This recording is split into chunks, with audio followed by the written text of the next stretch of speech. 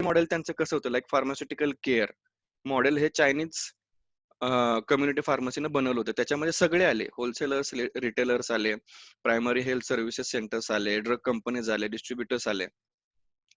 तर आता त्यांनी ऍक्च्युअली कसं केलं, की फॉर एक्झाम्पल पहिली गोष्ट म्हणजे सायंटिफिक नॉलेज, प्रिव्हेन्शन कसं करायचंय ती गोष्ट त्यांना कळायला पाहिजे होती.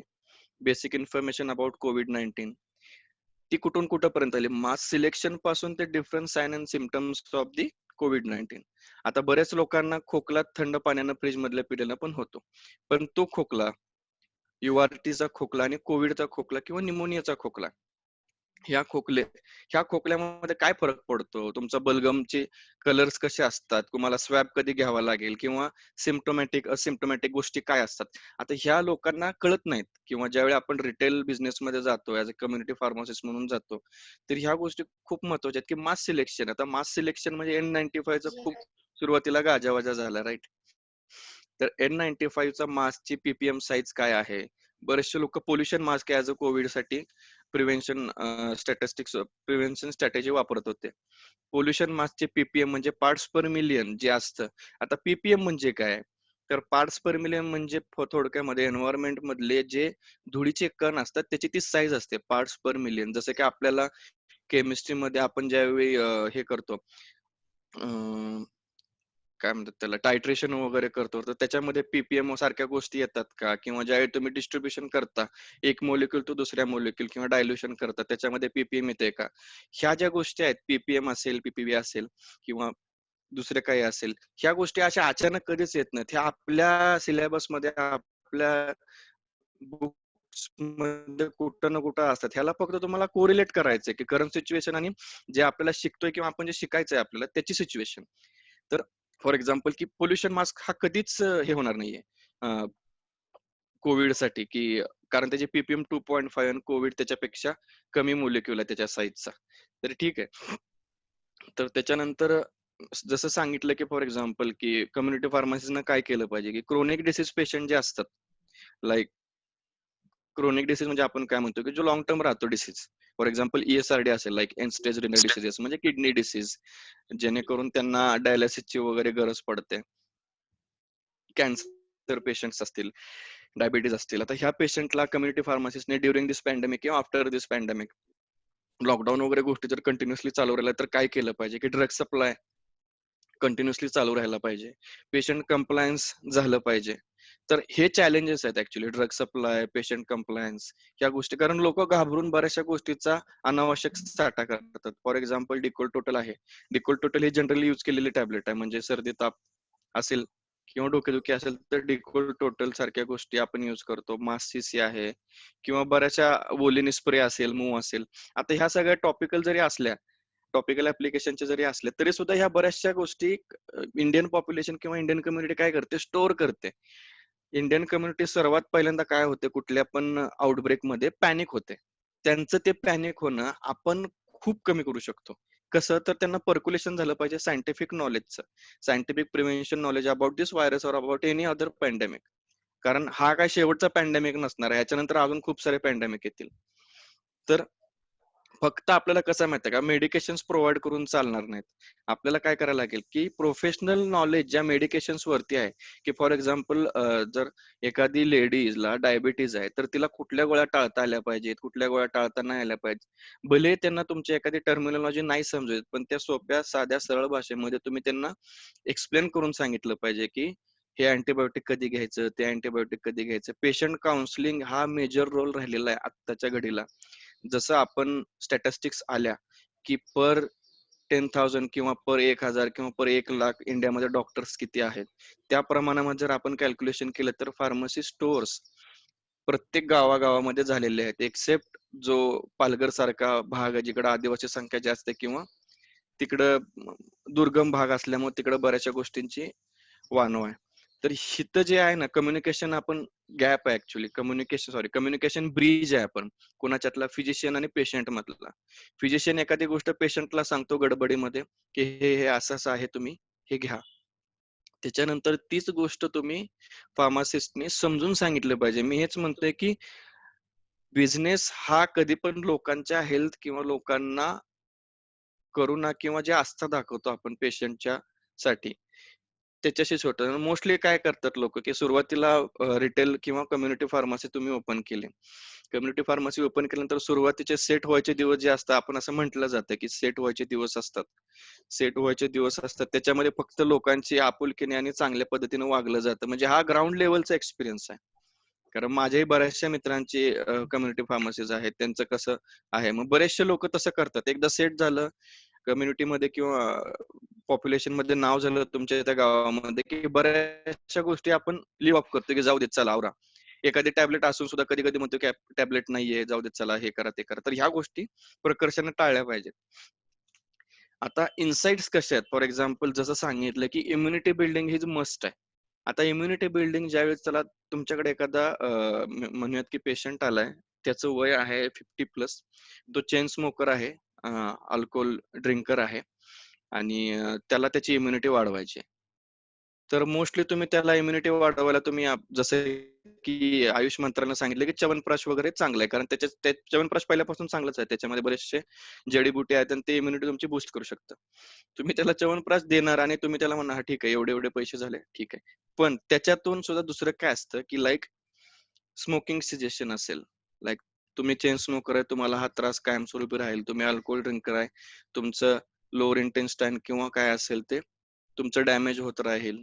त्याला स्प्लीन डॅमेज होत राहील. त्याच्यामुळे हे तुम्ही थांबवलं पाहिजे. त्याशिवाय इम्युनिटी वाढणार नाही.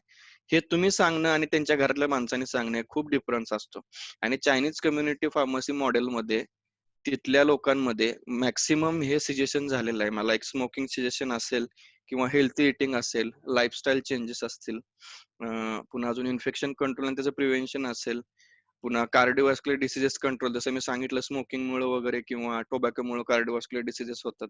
तर त्याचं प्रिव्हेन्शन कसं करायचं किंवा prevention and management of drug abuse, drug misuse म्हणतो आपण किंवा ॲडिक्शन. आता ड्रग अब्यूज हा इंडियन पॉप्युलेशनमध्ये जास्ती आढळतो. तर ड्रग अब्यूज म्हणजे बेसिकली काय म्हणजे up to my understanding drug abuse म्हणजे काय असतं, की एखादी गोष्ट आपण विदाऊट एनी प्रिस्क्रिप्शन किंवा without any proper medical knowledge ज्यावेळी घेतो त्यावेळी ड्रग अब्यूज होतो.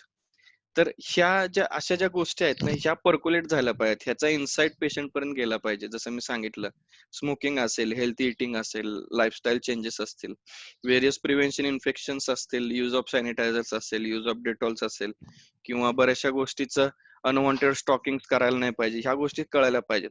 तर चायनीज कम्युनिटी मॉडेल जसं मी सांगितलं, की त्यांनी इन ॲडिशन टू ड्रग डिस्पेन्सिंग एक क्रायटेरियाच ठेवले होते, की कसे होते, की क्रोनिक डिसीज मॅनेजमेंट हा एक क्रायटेरिया. त्याच्यामध्ये जेवढे क्रोनिक डिसीज पेशंट्स आहेत, जसे की क्रोनिक डिसीज डायबिटीज म्हटलं, कॅन्सर म्हटलं, किडनी डायलिसिसचा इश्यू असेल किंवा ESRD डिसीजेस असतील, ते असेल किंवा पेशंट एज्युकेशन असेल, काउन्सिलिंग असेल, हा एक point. Consulting scientific knowledge popularisation in communities. आता हा खूप इम्पॉर्टंट आहे इंडियन कम्युनिटीच्या हिशोबाने, की सायंटिफिक नॉलेज पॉप्युलरायझेशन कसं केलं पाहिजे. जसं सुरुवातीला मी सांगितलं, की सायंटिफिक नॉलेज पॉप्युलरायझेशन म्हणजे काय, की एखाद्या ड्रग विषयी, एखाद्या व्हायरस विषयी प्रॉपर माहिती देणे.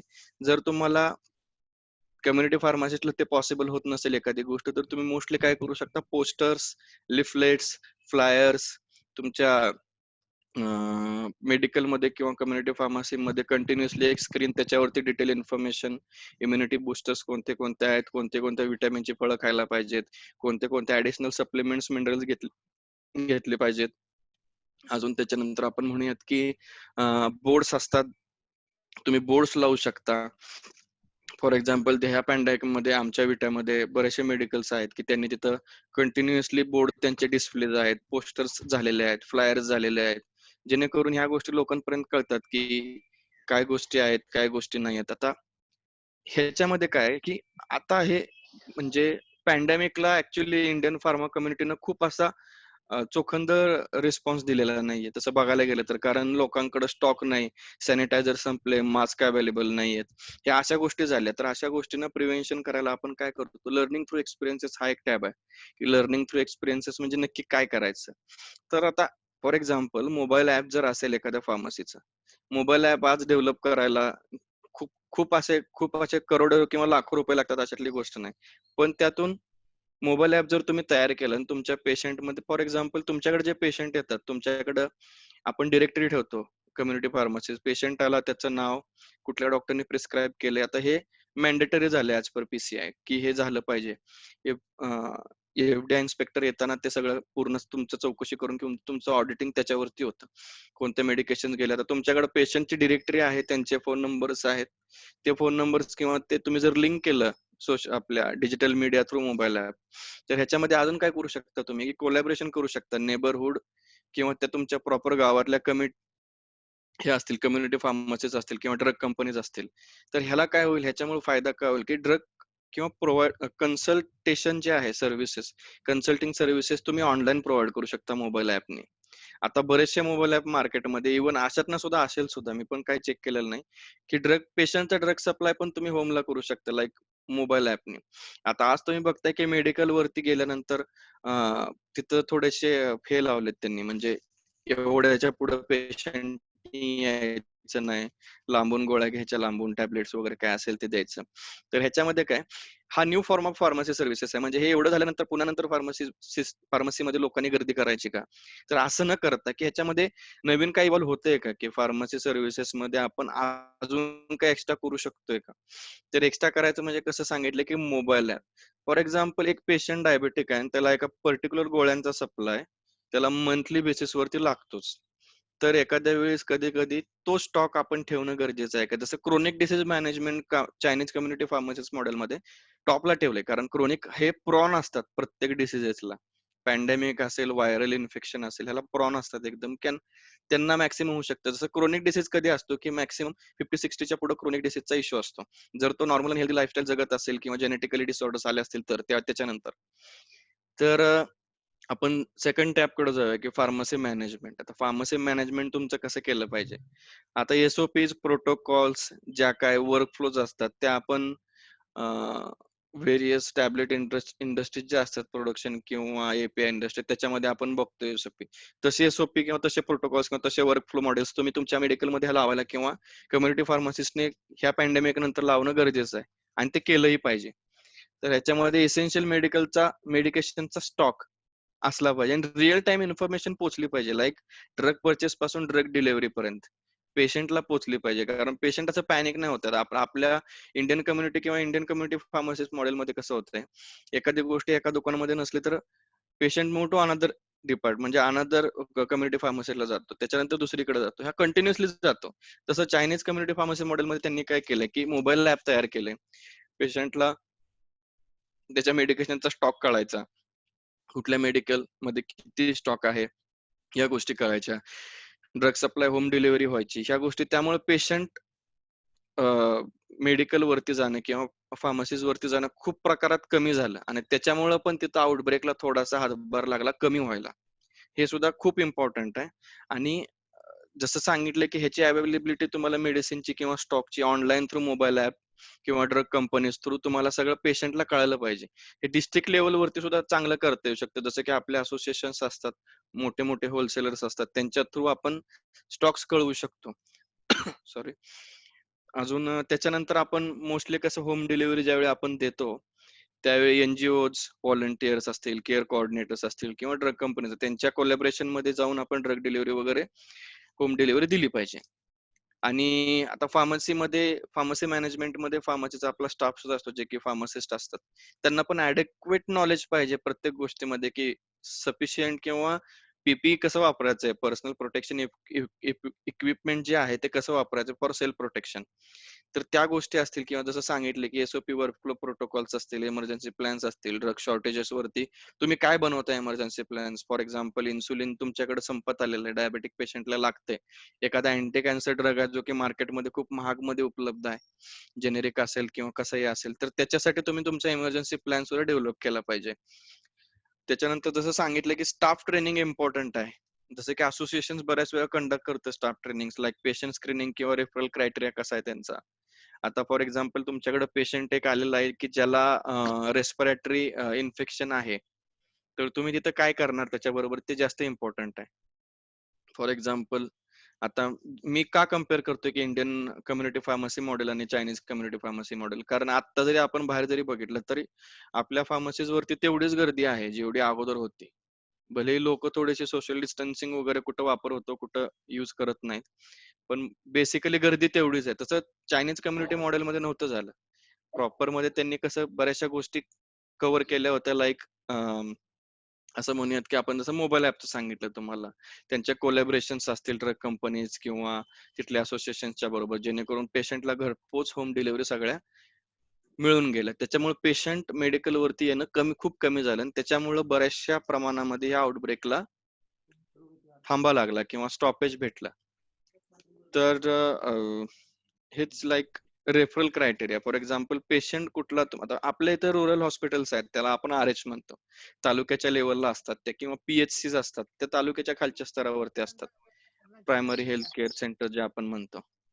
तर रेफरल क्रायटेरिया कसा असला पाहिजे? लाईक पेशंटला नॉर्मल ताप आहे, आपण पेशंटला विचारतोच, लाईक त्याच्याकडे प्रिस्क्रिप्शन नसेल किंवा प्रिस्क्रिप्शन असेल जरी OTCच्या ज्यावेळी आपण ड्रग दिले जाते त्याला त्यावेळी विचारलं जातं.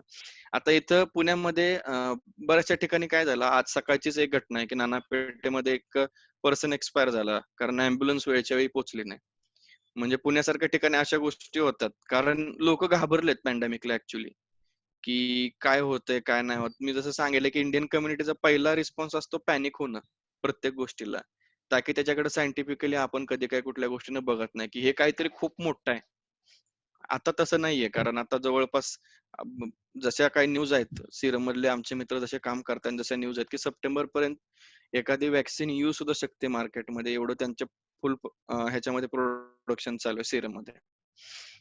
तर ह्या गोष्टी होत होत राहतात. म्हणजे सायंटिफिकली जे म्हणतो ना, सायन्स सायन्स सायन्स का म्हणतोय मी, किंवा तेच वर्ड का सारखे येतात, की तुम्ही प्रोफेशन निवडताना आर्ट्स कॉमर्स काय करत नाही तुम्ही, जेणेकरून तुम्ही व्हॉट्सअप फॉरवर्डेड मेसेज किंवा सोशल मीडियावरती जे काही बऱ्याचशा गोष्टी आहेत त्याच्यावरती लक्ष द्यावं. तर हे आहे की हे इम्पॉर्टंट आहे की सायंटिफिकली तुमचं प्रिव्हेन्शन झालं पाहिजे. सायंटिफिक मेडिकेशन नॉलेज तुमच्या पेशंट कम्युनिटीमध्ये ट्रान्सफर झालं पाहिजे. त्यांचा कॉन्टॅक्ट किंवा त्यांचं रेफरल क्रायटेरिया तुम्ही काय ठरवता? एखाद्या पेशंटला खोकला आहे, तो कंटिन्यूअस अझिथ्रोमायसिन घेतोय किंवा अजून कुठला अँटीबायोटिक घेतोय URT साठी पण कव्हर होत नाही, तर तुम्ही त्याला रेफर कुठं करणार? PHC ला करणार, RH मध्ये करणार. तर RH मध्ये केल्यानंतर RH वाल्यांनी काय करायचं, तो त्यांचा पुढचा भाग आहे. कारण RH ची जी फार्मसी असते त्याला पण आपण कम्युनिटी फार्मसीच म्हणतो. ठीक आहे. तर जसं सांगितलं की सायकोलॉजिकल सपोर्ट अजून एक आहे, की हा सायकोलॉजिकल सपोर्ट खूप इम्पॉर्टंट आहे ह्याच्यामध्ये.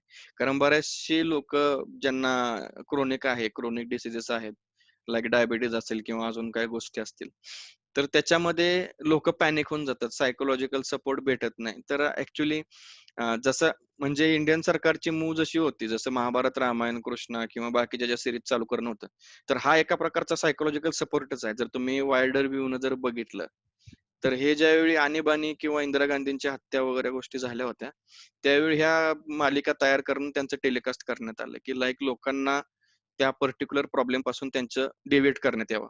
तर हिथं हा सायकोलॉजिकल सपोर्ट म्हणून तुम्ही काउंट करू शकताय.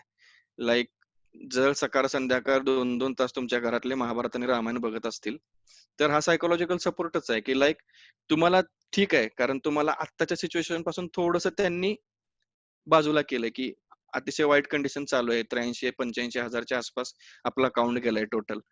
तर त्याच्यापासून थोडंसं बाहेर पडल्यानंतर सायकोलॉजिकल सपोर्ट म्हणून या सीरीज पण चालू करण्यात आलाय, की तसं त्याला वायडर व्ह्यूनं बघत नाही आपण. रीड बिटवीन द लाईन्स हा एक टर्मिनॉलॉजी वापरली जाते बऱ्याच वेळा, की न्यूजपेपर मधल्या लाईन्स असतील किंवा एखाद्या मीडियाची ऍक्शन असेल किंवा एखादा business, for example Bombay stock exchange किंवा नॅशनल स्टॉक एक्सचेंजच्या गोष्टी असतील, त्याच्यामध्ये रीड बिटवीन द लाईन्स हा एक क्रायटेरिया असतो. हे वायडर व्ह्यूला तुम्हाला कधी येणार, की ज्यावेळी तुम्ही भरपूर पुस्तकं वाचाल, भरपूर सारे न्यूज आर्टिकल्स वाचत असाल, तुमच्या वेळेचा सदुपयोग कराल, त्यावेळी ह्या गोष्टी तुम्हाला समजून येतील. तर ह्याच्यामध्ये एल्डरली जे पेशंट्स असतात ना, त्यासाठी स्टाफ ट्रेनिंग दिलं पाहिजे. होम केअर नावाची एक ही आहे, टर्मिनॉलॉजी आहे. जसं US किंवा बाकीच्या नॉर्थ अमेरिका खंडामध्ये मॅक्सिमम किंवा कॅनडा वगैरे सारख्या ठिकाणी होम केअर इन्फ्युजन सेंटर्स वगैरे असतात. म्हणजे for example like diabetes patient, cancer patient, ESRD वाले पेशंट, लाईक ऑर्थो किंवा पूर्णपणे ऍक्सिडेंटल केस असेल तर त्याला घरी राहूनच ट्रीटमेंट दिली जाते. तर घरी राहून ट्रीटमेंट दिली जाते. ह्याच्यामध्ये का मला असं म्हणायचं की आपल्या ह्याच्यामध्ये पॉप्युलेशनची जी डेन्सिटी आहे, ते प्रत्येक गावामध्ये हळूहळू वाढते. ऍक्च्युली सिंकिंग पॉप्युलेशन नावाची पण एक थिअरी असते. सायकोलॉजिकल थिअरी काही तर डिस्कस नाही करत मी.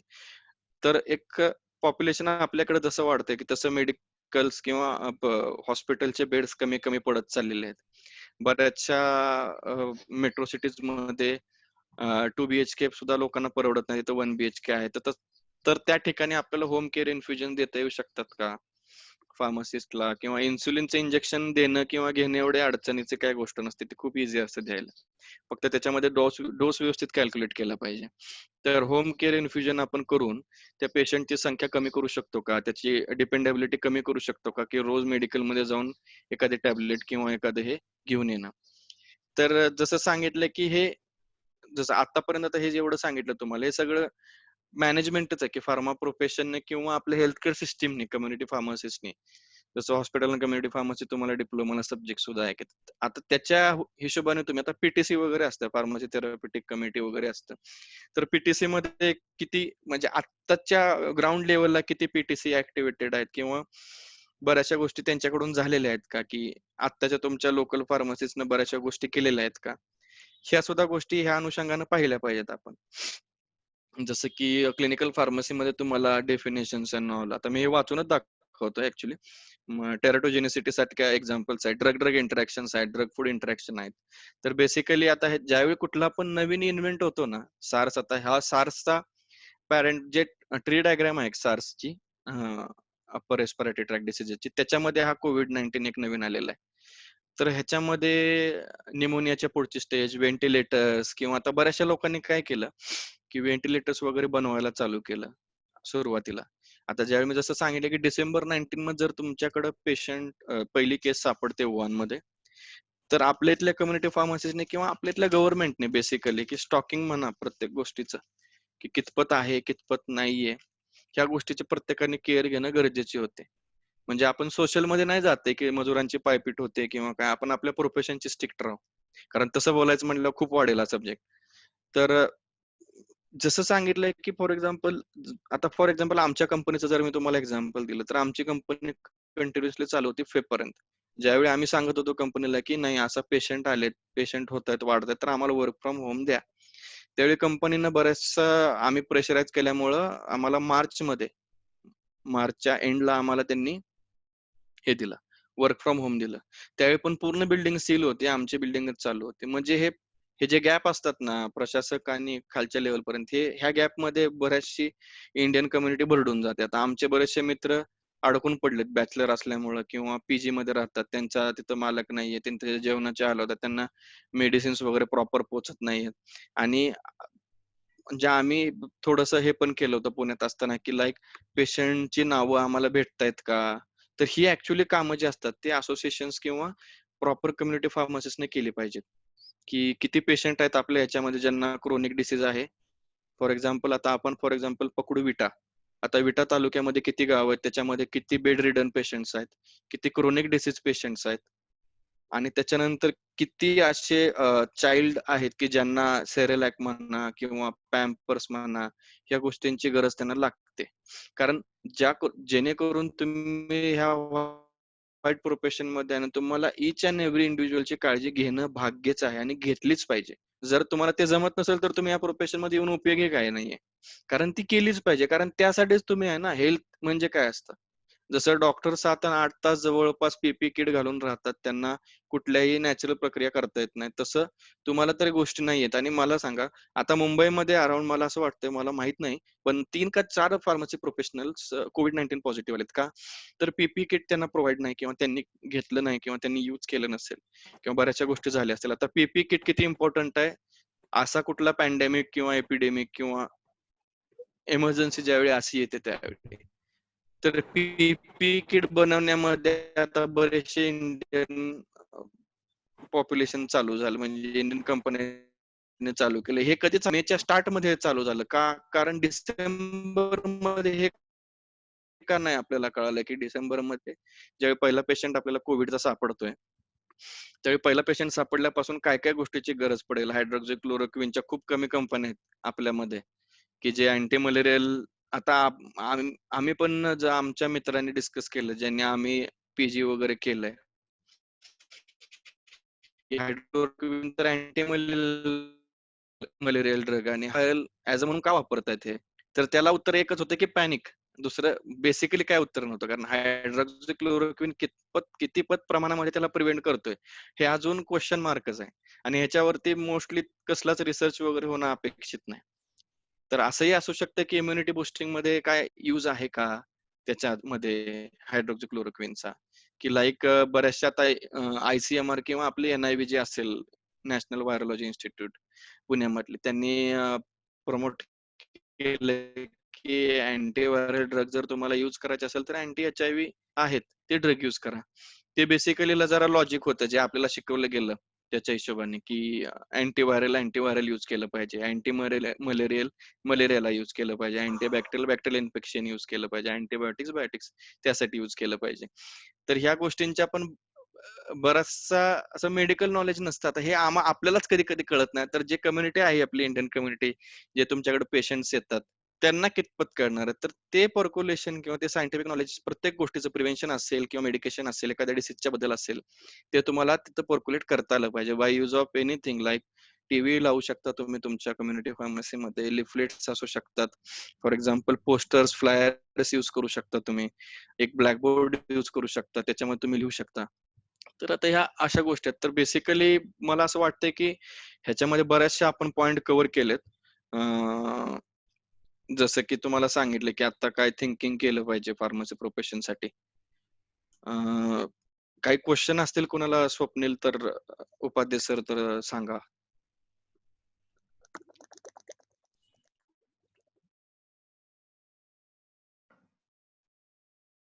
Hello Sapkal sir. हा सर. Principal sir question. हा सर. स्वप्नील मी बोलतोय. हा मला एक 2-3 गोष्टी जाणून घ्यायच्या होत्या. हॅलो. हा सर, आवाज तुमचा थोडासा ब्रेक होतोय. ब्रेक होतोय का? हा येतोय का व्यवस्थित? हा सर येतोय, बोला सर. हा. पहिल्यांदा तुमचं हार्दिक अभिनंदन. कारण असे अनेक इश्यूज आहेत जे कम्युनिटी फार्मसीमध्ये करण्यासारखे.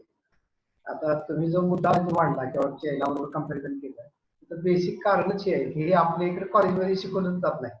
त्या बेसिक गोष्टी आहेत ज्या म्हणजे कोर कम्युनिटी फार्मसीचे जे नंतरचे जे सेगमेंट आलेले आहेत आता जे अपेक्षित आहे, तर ह्या प्रत्येक गोष्टीची एक बिझनेस ऑपॉर्च्युनिटी आहे. प्रत्येक गोष्टीत आहेत. म्हणजे तुम्ही कोणतीही टाईपची ऍडिशनल सर्व्हिस जरी दिली तर त्यात एक नवीन ऑपॉर्च्युनिटी लपली. तर मला वाटतं की खरोखरच नवीन डायरेक्शन चर्चा केली. आणि मला दुसरी गोष्ट टीचरच्या लक्षात आणून द्यायची आहे की हे कॉम्पोनंट सिलेबसचे असते. म्हणजे आता खरं त्याला अनेक लिमिटेशन्स आहेत. सिलेबस असतो, विद्यार्थ्यांचा असतो, पण ज्याला आपण ब्रिजिंग द गॅप म्हणतो नाही, तो कसा आपल्याला करता येईल सिलेबसच्या कनेक्शन मध्ये. आणि हे कोणते मुद्दे आपल्याला त्या सिलेबस मध्ये इन्क्लूड करून विद्यार्थ्यांचं व्हॅल्यू ऍडिशन करता येईल, ह्या कनेक्शन मध्ये पण आपल्याला चांगला स्कोप आहे असं एकूणच तुमच्या ह्या एक्सप्लेनेशन मधनं लक्षात येते. मला हे जाणून घ्यायचं होतं की तुमच्या कंपनीमध्ये एक्झॅक्ट रोल काय असतो, सिनियर स्पेशलिस्ट म्हणजे एक्झॅक्ट काय रोल काय असतो? हा ओके सर, थँक्यू सर. हा तुम्ही प्रेज केलं मला ते, कारण स्वप्नील मला जवळून ओळखतो, त्याला माहिती आहे की कुठलाही मुद्दा बाड मी कधीच ठेवत नाही कुठल्याच बाबतीत, की जो आहे तो गोष्ट लोकांपर्यंत पोहोचली पाहिजे. इव्हन आपल्या प्रोफेशन साठी तर ते खूप गरजेचं आहे. तसं तुम्ही जसं आता ऍज ऍक्च्युली जसं मी तुम्हाला सांगितलं की माझं स्पेशलायझेशन ह्याच्यामध्ये कोडिंग मध्ये आहे. कोडिंग किंवा आपण म्हणतो बिग डेटा अनालिटिक्स किंवा डेटा मायनिंग मध्ये. तर आमची कंपनी जी आहे ती US बेस आहे, कोटिविटी म्हणून. तर त्याच्यामध्ये सुरुवातीला आम्ही काम करत असताना तर काम असं असतं की आमच्याकडे डेटा येतो बराचसा, ज्याच्यामध्ये आमच्याकडे टूल्स आहेत डिसायफर म्हणून. त्या टूल्स मध्ये आम्ही डेटा तो पुल करतो. तर डेटा पुल करत असताना त्याच्यामधून आम्हाला fraudulent activities done by US physicians. तर आम्ही ऍक्च्युली US फिजिशियन्सचं ऑडिटिंग करतो की त्यांनी एखादा ड्रग त्या पेशंटला प्रॉपर काळामध्ये किंवा प्रॉपर ह्याच्यामध्ये MG मध्ये किंवा ह्याच्यामध्ये दिला गेलेला आहे का. नसेल दिला गेला तर हा फ्रॉड्युलंट बिलिंग आहे का. तर आमचं ऍक्च्युली हे डेटा मायनिंग मध्ये जातं आणि आम्हाला जर असं काय त्यांच्याकडून फ्रॉड्युलंट काय पडलं, तर आम्ही त्या प्रोव्हायडरला कॉन्टॅक्ट करून त्याच्याकडे रिइम्बर्स करून घेतो. Like data mining, data auditing आणि प्लस आमचं हे कोडिंग मध्ये जातं, सीपीडी आयसीडी कोडिंग्स मध्ये जातं. आणि थोडंसं टाइप ऑफ मेडिकल बिलिंग किंवा मेडिकल कोडिंग ह्याला म्हणू शकता तुम्ही, जेणेकरून आम्ही मोस्टली त्यांच्याकडून रिकव्हरीचा प्रयत्न करतो की ह्या गोष्टी त्यांना त्यांच्याकडून रिटर्न आल्या पाहिजेत मॅक्सिमम. जसं की सर आपण म्हणू शकतो की लाईक आमच्याकडे चार्ट्स येतात, जसे की आपल्याकडे केस पेपर बनवले जातात सुरुवातीला पेशंट आल्यानंतर, तसं मोस्टली युएस मध्ये कसं असते की ट्रान्स्क्रिप्शन नावाची गोष्ट असते. आता ट्रान्स्क्रिप्शन म्हणजे काय, तर पेशंट ज्यावेळी युएस मध्ये एका फिजिशियनला मीटिंगसाठी जातो किंवा त्याचं पहिली कन्सल्ट आपण असं म्हणू कन्सल्ट असते, त्यावेळी तो पेशंटला एक मायक्रोफोन किंवा मायक्रोफोनच म्हणू आपण, तो दिला जातो किंवा तो फिजिशियन कडे असतो किंवा पेशंट कडे, दोघांकडे पण असू शकतो. तर त्यांचं ते संभाषण जे आहे, जो पेशंट आणि फिजिशियन एकमेकांना विचारतात किंवा बोलतात, including their personal history, social history, even तुमची व्यसनं काय असेल, तुमचे बरेच सेक्सुअल हिस्ट्री असेल, या सगळ्या हिस्ट्री मधून त्याला विचारलं जातं पास्ट मेडिकेशन्स कुठले आहेत किंवा काय आहेत. आणि तो डेटा ज्यावेळी येतो, तो डेटा येतो ट्रान्स्क्रिप्शनिस्ट नावाच्या जॉब प्रोफाईल असलेल्या माणसाकडे. तर त्याला ते पूर्णपणे ऑडिबल्स जे असतात, ऑडिओ असतो, तो पूर्णपणे त्याला ऐकायला लागतो. त्याच्यानंतर तो प्रॉपर एक डॉक्युमेंट तयार करतो त्याच्यावर, that is called as a consult note. की कन्सल्ट नोट कधी झालं, पेशंटचं नाव, एज, त्याचा एमआरएन म्हणजे आपल्याकडे जसं आपण म्हणूयात की आपल्याकडे एमआरएन ही संकल्पना संचेती हॉस्पिटल किंवा सह्याद्री हॉस्पिटल किंवा फोर्टिस हॉस्पिटल सारख्या हॉस्पिटल्स मध्ये आहे अस्तित्वात. लाईक मेडिकल रेकॉर्ड नंबर आपण म्हणतो किंवा केस पेपर नंबर थोडक्यामध्ये. तर त्या डिटेल्स भरल्या जातात, त्याचे पूर्णपणे चार्ट्स येतो, तो चार्ट जातो नंतर. हे रेव्हेन्यू सायकल मॅनेजमेंटची एक सायकल मधला एक पार्ट आहे ट्रान्स्क्रिप्शन. तर मेडिकल ट्रान्स्क्रिप्शन झाल्यानंतर, मेडिकल ट्रान्स्क्रिप्शन म्हणजे काय, ऑडिओ टू पूर्णपणे रिटन डॉक्युमेंट एक तयार करणे. त्याच्यासाठी प्रॉपर हिअरिंग कॅपॅसिटी, प्रॉपर तुमचं टायपिंग स्पीड किंवा प्रॉपर नॉलेज ऑफ मेडिकल टर्मिनॉलॉजीज पाहिजेत. तर आणि तरच तुम्हाला त्या गोष्टी कळणार की युएस फिजिशियन काय म्हणतो. आणि अभिमानाची गोष्ट अशी की आपल्यासारखे बरेचसे बी.फार्मचे स्टुडंट किंवा एम.फार्मचे स्टुडंट ह्या प्रोफाईल मध्ये आहेत. जसं की आयकेएस हेल्थ नावाची कंपनी जिथे मी प्रायरली काम करायचो, तिथं खूप सारे माझे म्हणजे इकडचे मित्र नाही आहेत, बरेचसे असे बाहेरचे मित्र बरेचसे झालेले आहेत तिकडं. तर ते एम-फार्म कुणी आहे, कुणी बीडीएस आहे, कुणी बीएमएस आहे, कुणी एमबीबीएस लोक त्याच्यामध्ये काम करतात. तर तिथं ऍज अ मेडिकल ट्रान्स्क्रिप्शन म्हणून पण काम करतात. मग तिथं सुद्धा फार्मा प्रोफेशन आहे. तर त्याच्यानंतर तो डेटा तो एकदा EHR असतो, लाईक मॉड्यूल असं आपल्या फाईल बनवली जाते पेशंटची, की कधी कुठली विजिट झाली, लॅब टेस्ट कधी झाल्या, लॅब टेस्ट मध्ये काय काय सापडलं, प्रिस्क्रिप्शन कुठले कुठले आले, त्याचे बिल्स असतील. मध्ये मोस्टली असं नाहीये.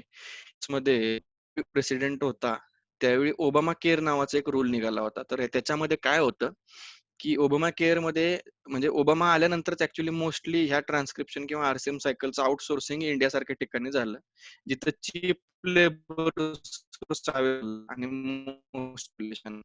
आणि तर त्याच्यामुळं ओबामा केअरचा रूल काय होता, ऍक्च्युली ओबामा केअर हा लॉ काय होता की फिजिशियननी पेशंटला जास्तीत जास्त वेळ दिला गेला पाहिजे, instead of filling all this things like transcription करणे किंवा पेशंटचे डिटेल्स त्यांच्या इलेक्ट्रॉनिक हेल्थ रेकॉर्ड्स किंवा त्यांच्या मॉड्यूल्स मध्ये भरणे. तर ह्याच्यासाठी त्यांना ह्यूज असा डेटा सोर्स किंवा ह्यूज असे डेटा ऑपरेटर्स पाहिजे होते. त्यावेळी हा पूर्ण आपला सोर्स आला इकडं, आउटसोर्सिंग झालं. तर एवढे आयटी मध्ये आपण जे म्हणतो ना, बूम आलं एकदम, आयटी हेल्थ केअर, आयटी एवढं का वाढलं, पीव्हीसीडीएम सुद्धा एवढं का वाढलं ओबामाच्या काळात, तर त्याचं रिझन हे आहे ऍक्च्युली की हे अशा गोष्टी घडल्या. आणि तो नशीब असं आपले की ट्रम्प आल्यापासून ट्रम्पने तो काय लॉ काय स्क्रॅप नाही केला, तो लॉ कंटिन्युअसली चालू आहे. कारण तिथं पेशंट आणि फिजिशियनची जी कम्युनिकेशन आहे किंवा जी हेल्थ डिलिव्हरी आहे, ते आपल्या लोकांमुळे जास्ती वाढले, कारण आपण हे त्यांचं पूर्ण बॅकहँडचं काम सांभाळून घेतो.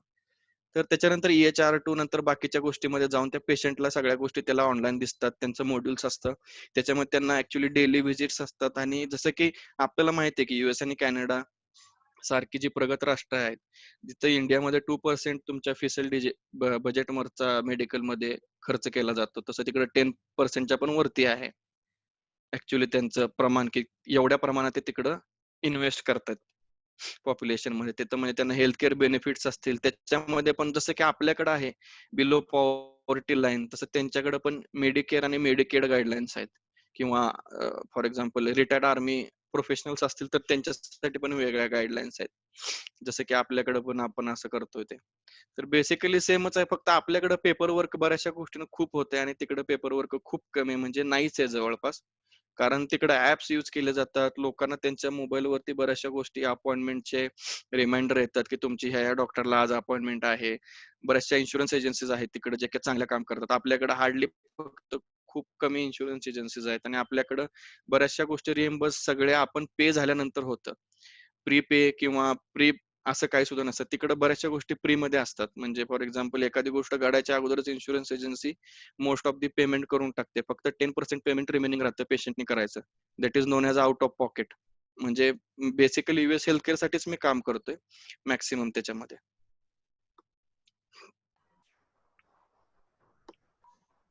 ओके. स्वप्नील, बाकी काही कोणाचे प्रश्न असतील ते आज तर मग.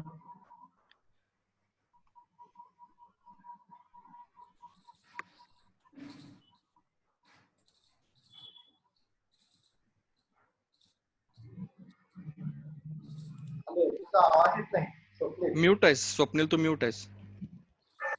आवाज येतो सर? हा. हा.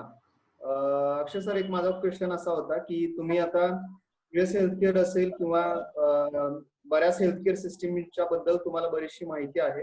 सो आता हा सगळा एवढा मोठा कोरोना आउटब्रेक झाल्यानंतर पुन्हा आउट ऑफ इंडिया आणि इनसाइड द इंडिया फार्मसी आणि फार्मास्युटिकल एज्युकेशन आणि त्याच्यामधल्या करिअर अपॉर्च्युनिटी ह्याच्याकडे बघण्याचा ट्रेंड कसा असू शकतो किंवा तो कसा बदलला जाऊ शकतो किंवा खरंच तो बदलला जाऊ शकतो का, याच्याबद्दल तुमचं काय मत आहे? थँक्यू स्वप्नीलला, चांगला प्रश्न आहे ऍक्च्युली.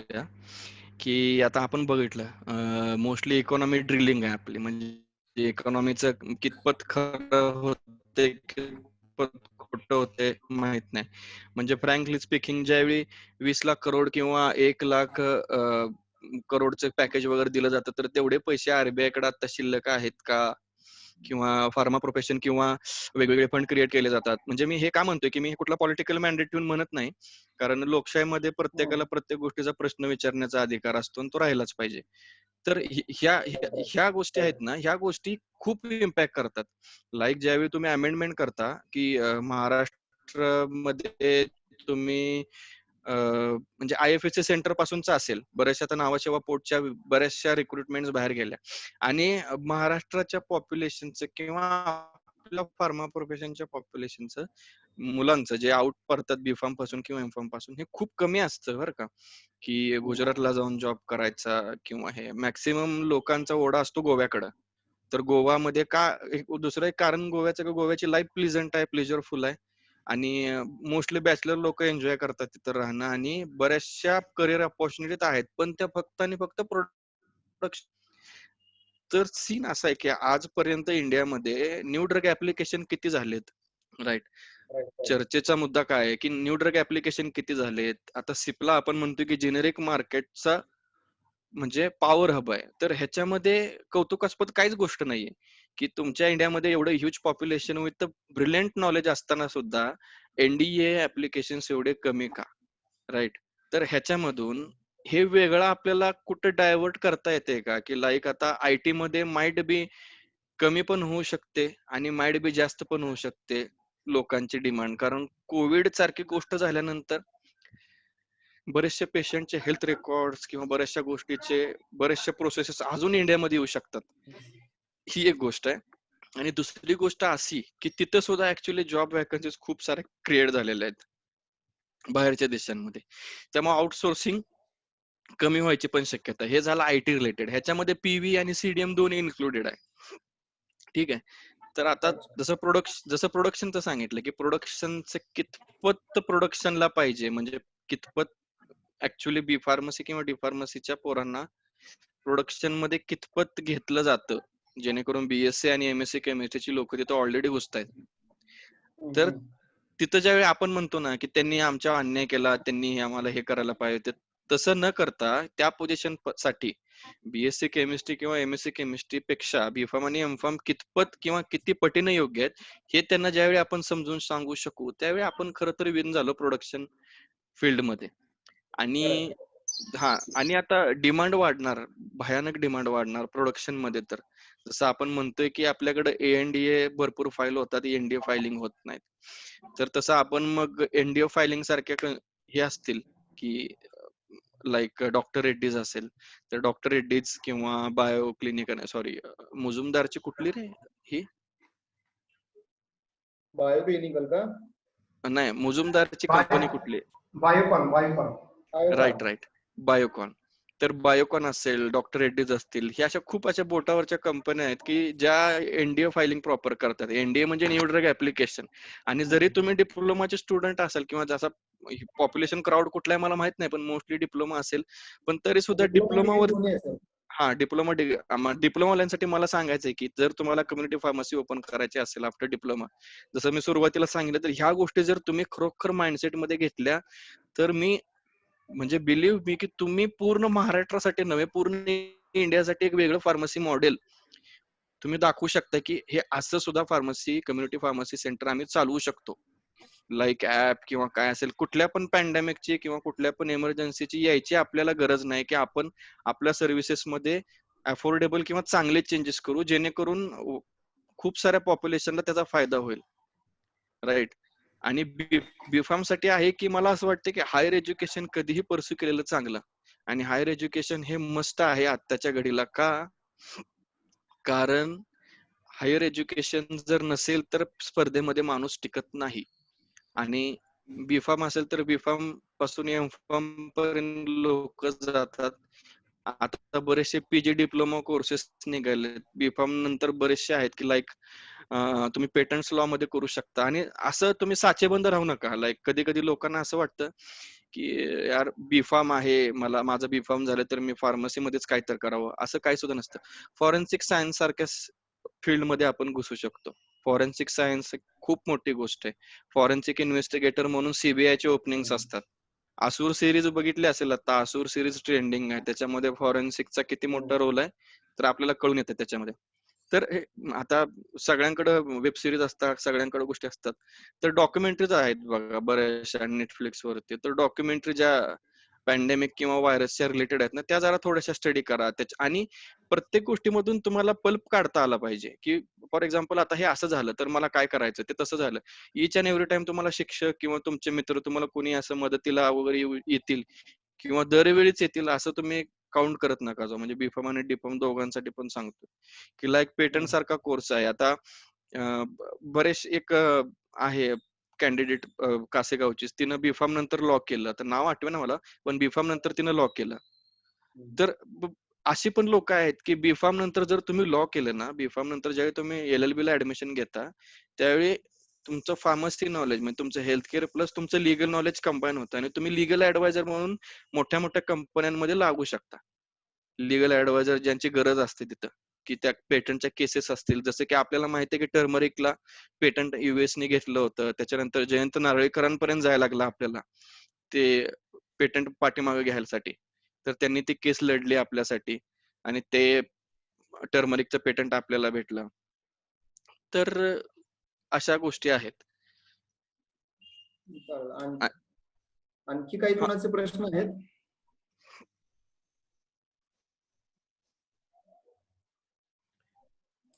पार्टिसिपंट सगळे चॅट बॉक्स मध्ये क्वेश्चन्स विचारू शकतात. जर तुमचा क्वेश्चन जर मोठा असेल तर you can unmute your audio and you can ask directly also. तुम्ही चॅट बॉक्स मध्ये क्वेश्चन्स विचारू शकता. All participants are requested that you can raise your questions in the chat box also. We will assure that, or we will try to give the answer of your question.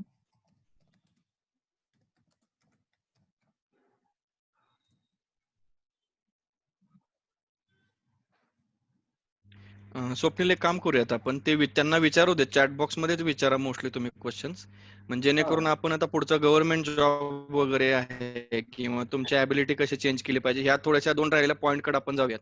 जॉबचं तर बऱ्यापैकी झालं. तर government jobs जसं मला सांगितलं गेलं government job बद्दल, कारण आता मी सुद्धा UPSC केलं 2 वर्ष ट्राय, म्हणजे ट्रायच केले ऍक्च्युली, पण ते काही झालं नाही. ते बेसिकली स्टडी अजून चालूच आहे माझा. पण आता मोस्टली ज्यावेळी तुम्ही युपीएससी किंवा एमपीएससी कडे जाताय, मी जेव्हा कधी पण तुम्हाला म्हणताना मी एकच गोष्ट बोलतो किंवा आतापर्यंत जेवढे सेमिनार्स घेतले तेव्हा मी एकच सांगतो की वायडर व्ह्यू ठेवा. की जसं म्हणतो ना आपण की वायडर व्ह्यू ठेवा. तर वायडर व्ह्यूची काय गरज आहे? तर वायडर व्ह्यूची गरज हीच आहे की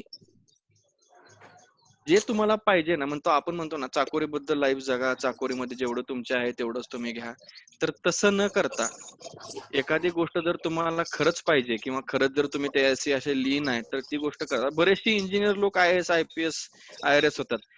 त्या प्रमाणात फार्मसीच्या पोरांचे त्याच्यामध्ये युपीएससी मध्ये जाण्याची खूप कमी आहे. म्हणजे लोक जात नाहीत युपीएससी मध्ये. इंजिनियर्स तुम्ही बघितलं तर इंजिनियर्स काही करतात. इंजिनियर रिसर्चर्स आहेत. नासामध्ये सायंटिस्ट होतात.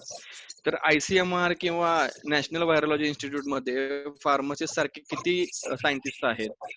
तर एमफार्म नंतर त्याच्यामध्ये पीएचडी करून किंवा एखाद्या व्हायरोलॉजीच्या सब्जेक्ट मध्ये पीएचडी करून ICMR चे व्हेरियस रिसर्च फेलोज असतात. त्याच्यामध्ये तुम्ही जाऊन ज्युनियर रिसर्च फेलोशिप घेऊ शकता का? सिनियर रिसर्च फेलोशिप घेऊ शकतात का? जसं स्वप्नील आपल्या बरोबर राऊत सर होते, आठवते का तुला? राऊत सरांनी बहुतेक B.Pharm ला शिकवायला होते कासेगावला आम्हाला मायक्रोबायोलॉजी. सरांनी मायक्रोबायोलॉजी मध्येच काहीतरी थोडंसं पुढे पीएचडी करून आता डॉक्टरेट मध्ये चीफ सायंटिस्ट नावाच्या पोझिशनवरती आहेत.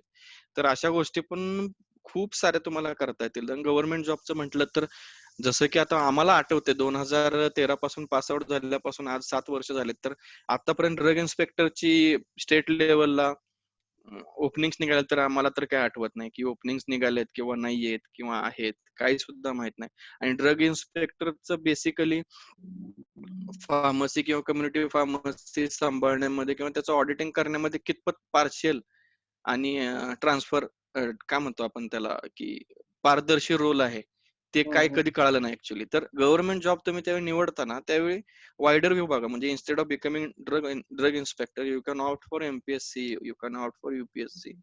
आणि अशी एक गोष्ट असते की क्राऊड जिकडे चाललाय तिकडे जायची आपल्याकडे मेंटॅलिटी असते. म्हणजे क्राऊड पुण्याला चाललाय MPSC करायला तर चला मी पण जातो. तर तसं न बघता गव्हर्नमेंट जॉब मध्ये तुमचं म्हणजे काय नक्की तुम्हाला जर कळत नसेल की मला हे काय कळेना मला काय करायचं, तर तुम्ही त्याला सांगा, तुम्हाला सांगेल बऱ्याचशा गोष्टी की अशी अशी अडचण आहे. आपण डायरेक्टली इंटरॅक्ट होऊ. कारण MPSC UPSC मध्ये जेवढे लोक क्वालिफाय होऊन पोस्ट होल्डर झाले त्याच्यापेक्षा कित्येक पटीने लोकांचे आयुष्य बर्बाद झालेत. ही तितकीच खरी आणि योग्य घटना आहे म्हणून मी तुम्हाला सांगतोय. कारण हे त्याचा रेशो 1% सुद्धा नाहीये सक्सेसचा. मी तुम्हाला डिमोटिवेट पण करत नाहीये. पण ज्यावेळी नवीन शहराचं वारं लागतं त्यावेळी बऱ्याचशा गोष्टी तरुणपणामध्ये होतात किंवा तरुण तुमच्या डोक्यात मध्ये असतात की हे असं करायचं तसं करायचं. मोस्टली त्यावेळी काय होतं शिफ्टिंग होतं बऱ्याचशा गोष्टीमध्ये. आणि पुण्यासारख्या ठिकाणी ना जिथं तुमच्याकडे भरपूर ऑपॉर्च्युनिटी तुम्ही काही करू शकता, तिथं अभ्यासावरचा फोकस खूप कमी व्हायचे चान्सेस असतात. आणि शेतकरी कुटुंबातली लोक किंवा शेतकरी कुटुंबातली मुलं सुद्धा चांगल्या पोझिशन वरती आहेत. आज आमचे एमफॉर्म झालेले 2 मित्र होते पंढरपूरचे, अमोल वाघमोडे आणि दुसऱ्याचं नाव आठवेना, आणि एक पाटील म्हणून एक होता, सुशांत का सौरभ पाटील. तर त्यातला एक STI झाला आणि दोघं PSI झाले. त्यांना जॉब करायचा नव्हता. म्हणजे त्यांना प्रायव्हेट जॉब करायचा नव्हता. त्यांच्या डोक्यात एकच की मला गव्हर्नमेंट जॉब पाहिजे. मग एकाने STI साठी ट्राय केलं, 2 वर्ष सलग तो STI झाला. दोघांनी 3 वर्ष सलग ट्राय केलं PSI ला, तो PSI झाले. म्हणजे आपल्यापेक्षा आज कुठल्या तरी चांगल्या बेटर पोझिशनला आहेतच ते. गव्हर्नमेंट जॉब आहे, सिक्युरिटी आहे, भलेही स्ट्रेसफुल जॉब असेल. पुन्हा एक नगर कॉलेजचा एक फार्मसीचा मित्र होता. तर तो डेप्युटी CEO आहे आता महाराष्ट्र शासनामध्ये. तो पण फार्मासिस्टच आहे. तर बाय प्रोफेशन जाण्यापेक्षा तुम्ही ग्रॅज्युएशन इज मस्ट आहे. तुम्हाला पुढे काही करायचं असेल, डिप्लोमा नंतर ग्रॅज्युएशन हे मस्ट कराच असं मला वाटतंय. आणि ग्रॅज्युएशन झाल्यानंतर बऱ्याचशा गोष्टी ओपन होतात की बाबा काय करायचंय काय नाही करायचंय. आणि खूप साऱ्या इन्स्टिट्यूट्स, खूप सारे ऑनलाईन कोर्सेस आता अवेलेबल आहेत.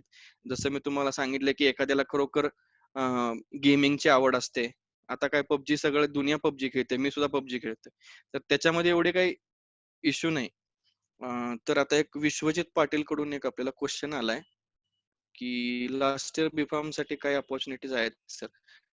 ठीक आहे. तर लास्ट इयर B.Pharm म्हणण्यापेक्षा ज्यावेळी तुमचं B.Pharm कम्प्लीट होईल त्याच्यानंतर आता TCS सारख्या कंपनी जिथं CDM किंवा फार्माकोव्हिजिलन्स किंवा क्लिनिकल डेटा मॅनेजमेंट आपण म्हणू, ते बूम मध्ये असतं, तर त्या ठिकाणी ऑप्ट करायचं आहे का? कारण TCS किंवा PV किंवा हेल्थ केअर IT तुम्हाला का सुरुवातीला पगार खूप देणार, पण नंतर तुमची स्टेडी लाईन असते. तसं प्रोडक्शनचं नसतं. प्रोडक्शनचं ज्यावेळी सुरुवात होते, त्या प्रोडक्शनची सुरुवात ही कमीत कमी पेमेंट वरून होते, पण तुमचा ग्राफ हा नेहमी वाढत जातो. इव्हन तुम्ही तुमच्यामध्ये काही सुद्धा बदल नाही केला, तुम्ही जसे पहिला काम करतो तसं जरी ठेवलं, तरी सुद्धा तुमचा ग्राफ हा सडनली रेज वरती जातो, पण त्याला खूप खस्ता खाव्या लागतात. तर B.Pharm नंतर मला असं वाटतंय ना, की तुम्ही तुमचा पहिला एरिया ऑफ इंटरेस्ट शोधा. एखाद्याला ज्युरिस्प्रुडन्स आवडतो, राईट. एखाद्याला थोडंसं drug and cosmetics act related थोडंसं असं हे असतं, की बाबा हे काय आहे नक्की. एखाद्याला फार्माकोग्नोसी खूप आवडतं, की हर्बल मध्ये काय करता येते का किंवा कशामध्ये काय करता येते का. तर आता जसं सांगितलं, की एखाद्याचा रिसर्च मध्ये इंटरेस्ट असतो, तर त्या हिशोबाने तुमचा एरिया ऑफ इंटरेस्ट तुम्ही ओळखणं खूप महत्वाचं आहे. एकदा एरिया ऑफ इंटरेस्ट तुम्ही ओळखलं ना, तर पुढचा पाथ आपोआप क्लिअर होत जातो. जसं मी सांगितलं, की पेटंट्स मध्ये पण तुम्हाला आता PG डिप्लोमा हा पेटंट लॉ मध्ये आहे, बऱ्याचशा इन्स्टिट्यूट्स आपल्याला देतात. त्याच्यामध्ये तुम्ही नंतर इंडियन पेटंट एक्झाम असते, पेटंट अटर्नी बनायची, ती तुम्ही एक्झाम क्वालिफाय होऊन पेटंट अटर्नी ऑफिशियल बनू शकता. म्हणजे तुम्ही ऍज कम्पेअर टू ऍडव्होकेटच्या लेवलला झाला, with a clinical background direct. त्याच्यापेक्षा पण कधी पण चांगल्या गोष्टीने झालं. जसं सांगितलं, की CDM, PV, डेटा अनालिटिक्स मध्ये पण तुमचे आहेत. बेंगलोरच्या बऱ्याचशा कंपनीज आहेत, जसं की सिम्पली लर्न आहे, अपग्रेड आहे, एक्सलन्स अकॅडमी आहे, ज्या की फ्री मध्ये तुम्हाला कोर्सेस देतात. तर बऱ्याचशा गोष्टी बघायच्या, की असं आता बराचसा लॉकडाऊन पण आहे, एक्झाम्स पण तुमच्या पुढे आहेत, तर त्याच्यामुळे तुम्हाला इंटरेस्ट सापडतोय का? इंटरेस्ट असा तुम्हाला स्वप्नात वगैरे येणार नाही किंवा तुम्ही बसलाय ना असं तुम्हाला सडन हिट होणार नाही, की माझा इंटरेस्ट हा आहे आणि मला ह्यात काम करायचंय. त्यासाठी तुम्हाला व्हेरियस मॅन्युअल्स किंवा व्हेरियस बुक्स म्हणा किंवा बाकीच्या अ, आपण असं म्हणू शकतोय, की तुम्हाला वाचावं लागेल. वाचाल तर वाचाल, हे जे मन पडल्याने ते काय चुकीची नाही. जेव्हा तुम्ही वाचता ना, त्यावेळी तुम्हाला तुमचा इंटरेस्ट कळतो, की नक्की काय आहे बाबा, काय करायचंय. जोपर्यंत वाचत नाही तोपर्यंत कळणार नाही. पण जसं तुला सांगायचं झालं विश्वजित, तर B.Pharm साठी अपॉर्च्युनिटी म्हणजे नॉर्मल अपॉर्च्युनिटी त्याच आहेत सध्या सुद्धा. अजून काही वेगळं चेंज नाहीये. आणि चेंज म्हटलं तर तुला मी सांगितलं, की PG डिप्लोमा करायचेच वेगवेगळ्या ह्याच्यामध्ये. क्लिनिकल रिसर्च असेल, PG डिप्लोमा किंवा पेटंट लॉ मध्ये क्लिनिकल डिप्लोमा असेल. आणि एकदा ग्रॅज्युएशन झालं, की तुला बऱ्याचशा गोष्टी ओपन अप होतात. तू UPSC करू शकतो, तू LLB ला ऍडमिशन घेऊ शकतो. अजून तुला काय करायचं करू शकतो. तू M.Pharm ला जाऊ शकतो. तर ह्या सगळ्या गोष्टी आहेत. ठीक आहे. NV पाटील सर आहेत कोणीतरी हे. What are the things to be develop by student to handle pandemic situations. तर आता things to be develop by the students to handle things to be develop by the student. Okay, thank you Vishwajit. Things to be develop by the student म्हणजे स्टुडंटनी develop करायच्या, okay, स्किल्सच्या related म्हणताय तुम्ही, ठीक आहे. तर पॅन्डेमिक सिच्युएशन साठी बेसिकली जसं की आयुष मंत्रालय किंवा ह्या गोष्टी सांगतातच, की सोशल डिस्टन्सिंग असेल, सॅनिटायझरचा यूज असेल, मास्क यूज असेल किंवा तर त्याच्यापेक्षा सगळ्यात मॅक्सिमम गोष्ट कुठली आहे, की तो असतो ना, की पॉझिटिव्हिटी जी एक असते ना, आपण घरच्यांना योग्य ते सांगणे. ठीक आहे, तुम्ही B.Pharm आहे किंवा तुम्ही डिप्लोमा होल्डर आहे किंवा तुम्ही B.Pharm कंटिन्यू आहे. तुमच्या सोसायटीमध्ये 5 कुटुंब राहतात असं आपण समजू. 5 कुटुंब आहेत ते ठीक-ठाक आहेत. म्हणजे कोणी शिक्षक आहे, कोणाचं किराणा स्टोअरचं दुकान आहे, त्यांना बऱ्याचशा गोष्टी माहित नाही. तुम्ही बेसिकली सांगू शकता, असतं काका तसं असतं, ह्या अशा गोष्टी येतात, हे असं असतं, ह्याच्यामुळे हे होऊ शकतं, तुम्हाला काय अडचण तर म्हणजे ज्यावेळी तुम्ही पॅन्डेमिक सिच्युएशनचा योग्य ज्यावेळी उपयोग करू ना, की अशा गोष्टी म्हणजे आणण्याची पण एक स्किल आहे. तर ते लोकांसमोर जायला आलं पाहिजे प्रॉपर. तर ती एक स्किल तुम्ही पॅन्डेमिक सिच्युएशन मध्ये डेव्हलप करू शकता. प्लस तुमचं हेल्थ केअर नॉलेज तुम्ही वाढवू शकता बसून. आणि त्याच्यामध्ये स्किल्स डेव्हलप काय करू शकता, जसं की तुम्ही IIT मध्ये कोलॅबोरेशनच्या गोष्टीमध्ये इंडियन गव्हर्नमेंट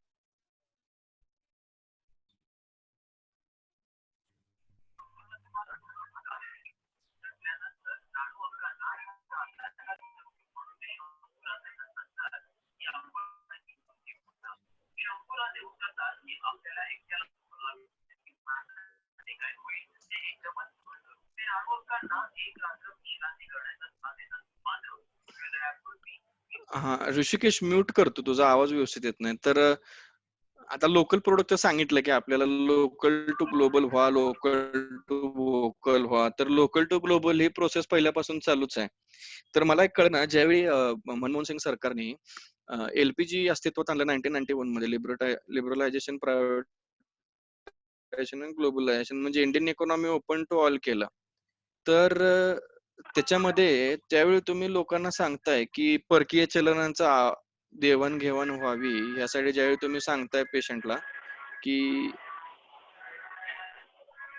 एक मिनिट,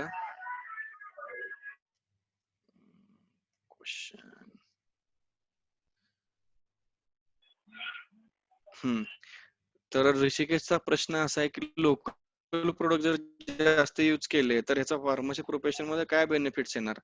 तर फार्मसी प्रोफेशन मध्ये बेनिफिट्स इन द सेन्स आपण असं म्हणूयात की आत्ताच्या घडीला लोकल मोठा ब्रँड कुठला म्हणायचा झाला तर पतंजली.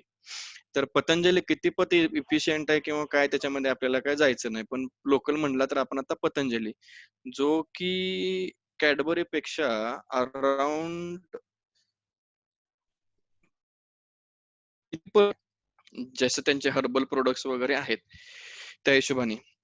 आता मला सांगा, जर च्यवनप्राश सारखी कंपनी असेल, डाबर असेल, तर डाबर मध्ये जर लोकल प्रोडक्टचा जर यूज असं सरकार म्हणते की लोकल प्रोडक्टचा यूज जास्त करा, पण जोपर्यंत आपली कम्युनिटी ठरवत नाही ना लोकल प्रोडक्टचा जास्त यूज करायचा किंवा नाही करायचा, तर त्या हिशोबाने फार्मसी प्रोफेशनला बेनिफिट एवढा होणार नाही.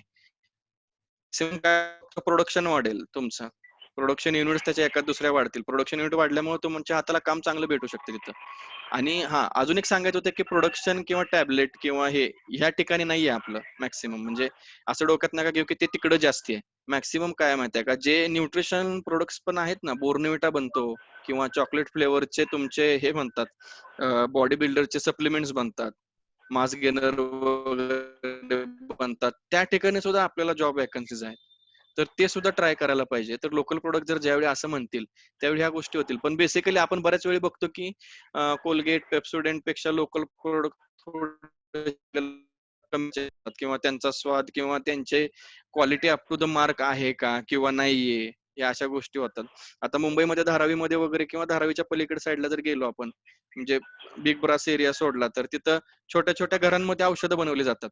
मग ते लोकल पकडायचे का आपण? असं अशा सुद्धा गोष्टी आहेत की लोकल प्रोडक्टला जर क्वालिटी आली तर फार्मसी प्रोफेशन बूम होणारच बेसिकली. कारण का, तुम्हाला प्रोडक्शन युनिट भरपूर टाकायला लागतील, तुम्हाला त्याच्यावरती काय म्हणतो आपण, त्याच्यावरती पर्सेंटेज चांगले द्यावे लागतील फार्मसिस्टना, की जेणेकरून त्यांचं जर ते जास्त सेल झाला तर तुम्हाला जास्त पर्सेंटेज मध्ये त्याचा परतावा मिळेल. तर ह्या गोष्टी आहेत की ह्या गोष्टी तुम्हाला रिटर्न मध्ये भेटू शकतात. अजून कोणाचे काही क्वेश्चन असतील तर तुम्ही विचारू शकता.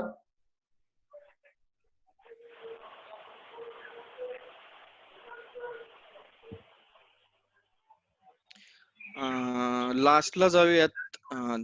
थँक्स ऋषिकेश. जाधव सर, एक लास्टचा घेतो मी फक्त, की like changing thinking ability of students for acquiring jobs. तर हा खूप इम्पॉर्टंट आहे की एक मिनिट सर.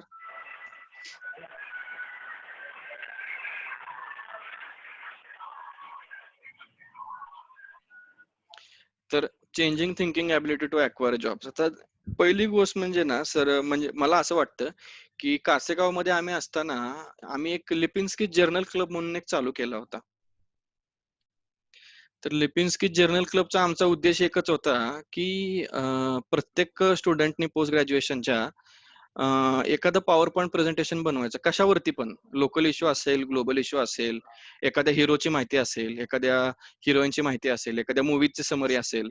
पण त्यातून आमचा हेतू असा होता की त्यातून तुमचे English development skill, communication skills तुमच्या वाढाव्यात, जेणेकरून तुम्हाला लोकांना समोर कसं जायचंय किंवा लोकांबरोबर कुठले पॉइंट्स पुट फोर्थ करायचे. बऱ्याच ओघाओघामध्ये बऱ्याचशा गोष्टी ज्या आपल्याला बोलायच्या नसतात त्याही बोलून जातो. म्हणजे साचेबंद, ताळेबंद प्रेझेंटेशन कसं द्यावं, ह्या गोष्टी आपल्याला कळाल्या पाहिजेत. तर त्यासाठी आम्ही लिपिन्स्की जर्नल क्लब नावाची गोष्ट चालू केली होती. आता कम्युनिकेशन जसं म्हटलं की पहिली स्किल अक्वायर करणं गरजेचं आहे ह्या वाईड वर्ल्ड मध्ये. कम्युनिकेशन स्ट्रॉंग पाहिजे. मुंबई पुण्याचे विद्यार्थी किंवा जे लोक असतात तर त्यांना नॉलेज ग्रामीण भागातल्या मुलांपेक्षा 100% कमी असतं. ही माझी स्वतःच म्हणजे ऑब्झर्वेशन आहे. व्यावहारिक गोष्टी त्यांना माहिती नसतात बऱ्याचशा. मार्केट ह्या गोष्टी माहिती नसतात. कल्चरल गोष्टीचे जास्त त्यांचा आविर्भाव जुळत नाही. पण त्यांचा एक प्लस पॉइंट असतो कधी पण बाहेरच्या स्टेटच्या मुलांचा किंवा मुंबई पुण्यातल्या मुलांचा, की त्यांचं कम्युनिकेशन भयानक स्ट्रॉंग असतं. भयानक म्हणजे अतिशय भयानक स्ट्रॉंग असतं, जेणेकरून ते लाईक HR मॅनेजरशी कम्पीट करू शकतात. आणि तिथं तुम्ही त्यांच्याबरोबर इंटरव्ह्यू मध्ये कम्पीट करू शकत नाही. हे खरोखर माझा अनुभव आहे. कारण जर तुम्ही माझं पकडलं तर मी बऱ्याचशा गोष्टीमध्ये ज्यावेळी मी पहिला माझा इंटरव्ह्यू दिला होता IKS हेल्थला, तिथं मी फंबल झालो होतो. फंबल म्हणजे मला एक बोलायचं एक होतं, मी एक वेगळं बोलून गेलो कम्युनिकेशन मध्ये.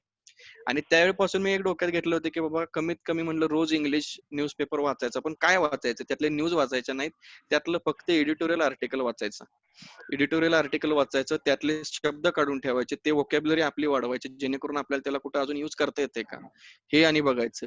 बीबीसी इंग्लिश एक म्हणून एक ऍप आहे डायरेक्ट. त्याच्यामध्ये तुम्हाला डे टू डे इंग्लिशचे तुमचे क्लासेस घेतले जातात. काही नाहीये, 7 आणि 5 मिनिटाचे क्लासेस आहेत फक्त. ते रोज एक एक तुम्ही जरी मॉड्यूल केलं तरी बराचसा फरक पडू शकतो. आता रॅपिडेक्स वगैरे ज्या इंग्लिशचे आपल्याला बुक्स भेटत होते, तो काळ आता खूप जुना गेलाय. तर व्हॉट्सअपमध्ये पण आपण इंग्लिश टाईप करतो. इंग्लिश म्हणजे हिंदी आणि इंग्लिश टाईप करतो, मराठी आणि इंग्लिश टाईप करतो. इंग्लिशमध्ये टाईप करतो पण ते मराठीमध्ये टाईप करतो. तर फॉर एक्झाम्पल चांगल्या ऑथरची पुस्तकं वाचणं, लाईक शशी थरूर असेल, ज्याची इंग्लिश ही भयानक इंग्लिश आहे आत्ताच्या घडीला. तर कम्युनिकेशन वाढवायला न्यूजपेपर रिडिंग मोस्टली, कधी कधी बीबीसी इंग्लिश किंवा NDTV वरच्या किंवा ज्या इंग्लिशमध्ये कमिट केल्या जातात बातम्या, कम्युनिकेशन्स असतात त्या बघा. DD न्यूज वरती पण आपल्या भारतातल्या संध्याकाळी इंग्लिशच्या न्यूज असतात, त्या आपण बघण्यासारख्या असतात कधी कधी. पुन्हा बीबीसीचे ऍप्स जसं सांगितलं मी तुम्हाला, ते इंग्लिशमध्ये तुम्ही युज करू शकता. पुन्हा त्याच्यानंतर बुक्स असतील चांगले चांगले, शिवखेरा नाही, सॉरी चुकीचं नाव घेतलं, शिवखेरा वगैरे काही एवढे आताचे प्रॉपर असे भारी ऑथर झालेले नाहीत, त्यांच्यापेक्षा खूप चांगले ऑथर आलेत. देवदत्त पटनायक असतील, ज्याला इतिहासाची आवड आहे, त्याच्यामध्ये त्यांनी चांगलं चांगलं सांगितलं. बिपिन शर्मा असतील किंवा आहेत बरेचसे बुक्स आहेत. तुम्ही जसे बघत जाल तसं तसं तुम्हाला बुक्स सापडतात. फ्लिपकार्ट वरती जरी तुम्ही बघितलं की इंग्लिश बुक्स म्हणून रॉबिन शर्मा सारखे लोक आहेत, आपल्याला काय त्यातून फिलॉसॉफिकल नॉलेज नाही घ्यायचं, हे डोक्यात लक्षात ठेवून रिच डॅड पुअर डॅड सारखी पुस्तकं आहेत, हू मूड माय चीज सारखी पुस्तकं आहेत. त्याच्यामध्ये साध्या सोप्या इंग्लिश भाषेमध्ये तुम्हाला सांगितले गेले. त्याच्यामुळे काय होतं, आपली व्होकॅब्युलरी वाढते. कारण आपली कम्युनिटी जी आहे ना, इंग्लिश ही आपल्यावरती लादलेली लँग्वेज आहे. इंग्लिश हे पूर्व काळापासून चालून नाही आलेली. पण झालंय कसं की जगातल्या मार्केटला कॅप्चर करायचं किंवा जगातल्या मार्केटच्या स्पर्धेमध्ये टिकून राहायचं, तर आपल्याला काय लागणार आहे? इंग्लिश लागणार आहे. आपण प्रॉपर कम्युनिकेशन करताना इंग्लिशमध्ये कम्युनिकेट करतच नाही घरात कधी सुद्धा. आपण कम्युनिकेट करताना नेहमी आपल्या मदर टंग मध्ये करतो. मदर टंग हे जागृत ठेवलीच पाहिजे, पण त्याचबरोबर आपल्याला काय इंग्लिशचा प्रभाव जास्ती असला पाहिजे, जेणेकरून तुम्हाला रिडिंग, स्पीकिंग आणि रायटिंग हे तिन्ही गोष्टी चांगल्या प्रोफिशियंट आल्या पाहिजेत. लिंक्डइन वरती प्रोफाईल उघडा तुम्ही, जे बीफार्मचे पासआउट लोक होणार आहेत. लिंक्डइन वरती प्रोफाईल उघडा, त्याच्यामध्ये व्हेरियस कंपन्याज आहेत, डॉक्टर रेड्डीज आहे, फायझर आहे, ग्रिटिसोल लॅब्स आहे, बऱ्याचशा कंपनीज आहेत. त्यांना फॉलो करा, त्यांचे अपडेट घ्या. तिथं मोठे मोठे HR मॅनेजर्स आहेत, त्यांनी तुम्हाला इंटरव्ह्यू टेक्निक सांगितलेले आहेत. ऍप्टिट्यूड टेस्ट कशा द्यायच्या, त्याच्या एक्झामच्या प्रिपरेशन कुठं करायच्या. indiabix.com सारख्या वेबसाईट आहे, जिथं की ऍप्टिट्यूड टेस्ट तुम्हाला, जनरल ऍप्टिट्यूड किंवा ऑनलाईन ऍप्टिट्यूड टेस्ट तुम्हाला सॉल्व्ह करता येतात. तुम्हाला तुमची स्पीड वाढवावी लागेल. जर तुम्हाला PV किंवा CDM सारख्या ठिकाणी जायचं असेल तर तुम्हाला ऍप्टिट्यूड सुद्धा आली पाहिजे. प्रोडक्शन मध्ये जायचं असेल तर प्रोडक्शनचं नॉलेज आलं पाहिजे. केमिस्ट्रीचे वेरियस सॉफ्टवेअर तुम्हाला ऑनलाईन भेटतायत का बघा. ऑनलाईन थोडेसे त्याचे डेमो युट्यूब वरती बघायला मिळतात का बघा. बीफार्म नंतर पास आउट होताना तुम्ही 4 वर्षाचा पूर्णपणे साचा घेऊन बाहेर निघणार आहे. त्यामुळे first year to final year तुमच्या पूर्ण एन्व्हायरमेंटल सायन्सच्या प्रोजेक्ट पण तुमच्या लक्षात असला पाहिजे. एवढं सगळं लक्षात येऊन तुम्ही घेऊन जायचं. आणि भले तुमचं कम्युनिकेशन थोडं वर खाली असेल ना, पण तुम्ही जे नॉलेज बंबार्डमेंट करायचं पूर्णपणे HR वरती, जो तुम्हाला रिक्रूट करतो ना, तो असा फंबल झाला पाहिजे की यार किती हुशार आहे हा माणूस, म्हणजे ह्याला किती जबरदस्त सांगता येते किंवा किती ह्याच्याकडे नॉलेज आहे. नॉलेज बेस वरती सुद्धा तुम्हाला चांगला जॉब भेटू शकतो. असं काहीही नाहीये. पण मॅक्सिमम मला असं वाटतं की कम्युनिकेशन आपल्यासारख्या आष्टा असेल, कासेगाव असेल, इव्हन कोल्हापूर असेल, कराड असेल, सांगली असेल, आपल्या जिल्ह्यातल्या आपल्या ह्या पश्चिम महाराष्ट्रातल्या लोकांनी चांगलं कम्युनिकेशन डेव्हलप केलं पाहिजे. आणि कम्युनिकेशन डेव्हलप करायचं म्हणजे त्याच्याबरोबर काय आपल्याला पर्सनल त्याच्या गप्पा मारायच्या नसतात त्याच्याबरोबर. तो जेवढे प्रश्न विचारतो, what is your name, my name is this, my name is this, एवढंच फक्त तुम्हाला बोलायचं असतं. पण ते तुम्हाला प्रॉपर कॉन्फिडन्सनी बोलायचं असतं. लाईक फॉर एक्झाम्पल तुम्ही आता बऱ्याचशा प्रोडक्शन कंपन्यांमध्ये दाढी किंवा शेविंग पूर्णपणे लागतं. आयटीज मध्ये चालतं कसंही ठेवलं तरी. ज्यावेळी तुम्ही इंटरव्ह्यूला जाता त्यावेळी तुमचं कसं असलं पाहिजे, म्हणजे तुमचा प्रेझेन्स कसा असला पाहिजे, राईट? तुमचा टकिन कसा केलेला पाहिजे, शर्ट टकिन कसा केलेला पाहिजे. जर तुम्ही बायोकॉन, डॉक्टर रेड्डी सारख्या कंपनीजमध्ये इंटरव्ह्यू साठी जातात, तर तुम्हाला हेड टू टो तुम्हाला पूर्णपणे नोटीस केलं जातं की तुम्ही चालताय कसे, तुम्ही बोलताय कसे, मोबाईल कुठे ठेवलेला आहे, वॉलेट वापरतोय का मुलगा, बेल्ट कुठल्या प्रकारचा घातलेला आहे, शूज कुठल्या प्रकारचा घातलेला आहे. ऍक्च्युली हे होतं, जरी तुम्हाला कळलं नाही तरी हे होतं. आपले बरेचसे मित्र माझे एचआर मध्ये सुद्धा आहेत, ते सांगतात की आम्ही एवढं नोटीस करतो ज्यावेळी रिक्रुटिंग ड्राईव्ह असते, ज्यावेळी बरेचसे कॉम्पिटिटर्स असतात. टीसीएस मध्ये 100 आणि 200 वॅकन्सीसाठी हजार लोक येतात, तर ते हजार लोकांना अशा प्रकारे पडताळलं जाते. तुमची सेन्स ऑफ ॲबिलिटी किंवा तुम्हाला जर सांगितलं की आता मोस्टली टीसीएस मध्ये किंवा पीव्ही किंवा आयटी जॉब मध्ये तुम्ही ज्यावेळी जाता त्यावेळी एक असा प्रकार असतोय की हे करा, ग्रुप डिस्कशन करा. तर ग्रुप डिस्कशन का करा, कसल्या गोष्टीवरती करा, तर कुठला पण एक सब्जेक्ट देतात की त्याच्यावरती बोला. तुम्हाला फक्त 3 ते 4 मिनिटं देतात, तुम्ही तुमचे पॉइंट्स नोट डाऊन करायचे आणि त्याच्यावरती बोलायचं. तर इथं तुमच्या कम्युनिकेशनची ऍक्च्युली टेस्ट लागते. तर बरेचसे एचआर काय करतात, डिरेक्टली क्वेश्चन बोलण्यापेक्षा काय करतात की सरळ हे असा एखादा टॉपिक देतात, ह्याच्यावरती एक 5 मिनिटं बोला. तर तसं सुद्धा बोलता आलं पाहिजे. कम्युनिकेशन जसं सांगितलं, फर्स्ट स्किल तुमचं presence, second skill facial expression, तुमचा लोक काय करतात, भडक कपडे घालून जातात इंटरव्ह्यूला. तर मोस्टली असं म्हणतात की भडक कपडे किंवा असे कपडे इंटरव्ह्यूला घालून जाऊ नयेत. इंटरव्ह्यू टेक्निक सारखा पण एक भाग आहे की नॉर्मल असा सुदिंग कलर असावा, डोळ्याला सुदिंग दिसला पाहिजे किंवा फेंट कलरचा. कधी कधी जसं बाहेर वातावरण आहे तसे कपडे घालावेत. उन्हाळ्यामध्ये फेंट कपडे असावेत, हिवाळ्यामध्ये गडद कलरचे कपडे असावेत, जे की जरा सुदिंग वाटतं. तर ह्या सगळ्या गोष्टीचा आपण वापर आपल्या परीने करून जायचा. पुढचा किती नोटीस करतोय नाही करतोय आपल्याला माहिती नाही. तर हे जसं कम्युनिकेशन स्किल सांगितलं, पुन्हा अजून या बाकीच्या स्किल सांगितल्या, आणि सगळ्यात मोठं स्किल म्हणजे तुमचं नॉलेज आहे, दुसरं काही नाही. नॉलेज हे राहिलंच पाहिजे जर तुम्हाला टिकायचं असेल. ईच अँड एव्हरीथिंग मधलं तुम्हाला माहिती असलं पाहिजे. जर तुम्ही फार्मा प्रोफेशन मध्ये जाताय आणि जर तुम्ही पीव्ही सारख्या इंटरव्ह्यूला जाताय आणि तुम्हाला विचारलं की what do you mean by drug drug interaction, give me some examples of that. तर ड्रग ड्रग इंटरॅक्शन मध्ये किंवा ड्रग फूड इंटरॅक्शन मध्ये तुम्ही टेट्रासायक्लिन आणि मिल्कचे एक्झाम्पल नाही देऊ शकत. हे एक्झाम्पल 1957 पासून चालू आहे अजूनपर्यंत. तर तेच एक्झाम्पल देण्यात काहीच अर्थ नाही. एचआर म्हणणार you are so old dated. Tetracycline आणि मिल्कचं अजूनपर्यंत एक्झाम्पल येत आहे, म्हणजे काय, टेट्रासायक्लिन आणि मिल्क एकदम घेतलं तर तुमचे दात पिवळे पडतात. That is drug and food interaction. हे असलं सांगून काही फायदा होत नाही. एचआर ऍक्च्युली मापात काढतो तुम्हाला की काय आहे हे ड्रग आणि फूडचं. तुम्हाला सांगितलं तुम्ही हे सांगता. जसं फॉर एक्झाम्पल तुम्ही आपल्या ह्याच्यामध्ये चेर्नोबिल, आता चेर्नोबिलची सिरीज आहे बघा ह्याच्यावरती, हॉटस्टार वरती चेर्नोबिलची सिरीज आहे. ती सिरीज बघा, त्याच्यामध्ये बऱ्याचशा गोष्टी घडल्या गेलेल्या आहेत. त्याच्यामध्ये इफेक्ट कसा झालेला आहे त्या वायूचा पेशंटच्या, म्हणजे डिलिव्हरी ज्या झाल्या, त्याच्यानंतर कंजेनिटल अनोमलीज कशा झाल्या, तर त्याच्यावरती द्या. आता माझे मी एक्झाम्पल सांगतो स्वप्नील. मी एका ठिकाणी इंटरव्ह्यूला गेलतो फार्माकोव्हिजिलन्सच्या टीम लिडरच्या. तर तिथं ज्या मॅडम होत्या, तर मॅडम मराठीच होत्या त्या, पण त्यांचं इंग्लिश खरंच खूप छान होतं. तर त्यांनी मला विचारलं की एखादं मला तू पीव्ही मध्ये काय यायचंय तुला किंवा का नाही यायचं ते तू मला सांग. तर मोस्टली ज्यावेळी इंटरव्ह्यू तुम्ही देता ना, त्यावेळी कधी कधी असं ट्रुथफुल राहायचं. आपण बऱ्याचशा थापा मारतो इंटरव्ह्यूला, हे मान्य आहे की मी हे केलं, मी ते केलं, पण ज्यावेळी थापा मारतो ना, त्या थापा पण असा साचेबंद असल्या पाहिजे की त्या पुढच्याला पटल्या पाहिजेत.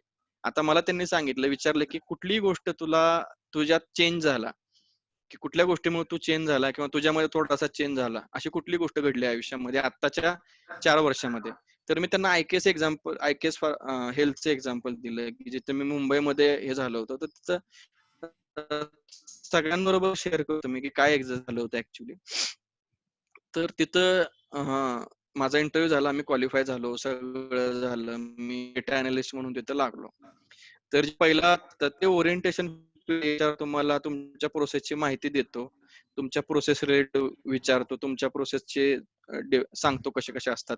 मोठे मोठे व्हीपी, वाईस प्रेसिडेंट, एव्हीपी वगैरे येतात, ऑपरेशनल हेड्स येतात, ते तुमचं इंट्रोडक्शन घेतात, तुम्हाला विचारतात. तर इंट्रोडक्शन वेळी ज्यावेळी एचआरने सांगितलं की introduce your self, start from you, तर सगळ्यांनी स्टार्ट केलं. मी प्रॉपर रुरल बॅकग्राऊंडचा आहे. स्वप्नीलला माहिती आहे, आरसीपी कासेगाव मधून 6 वर्ष शिकलेलो आहे मी. भले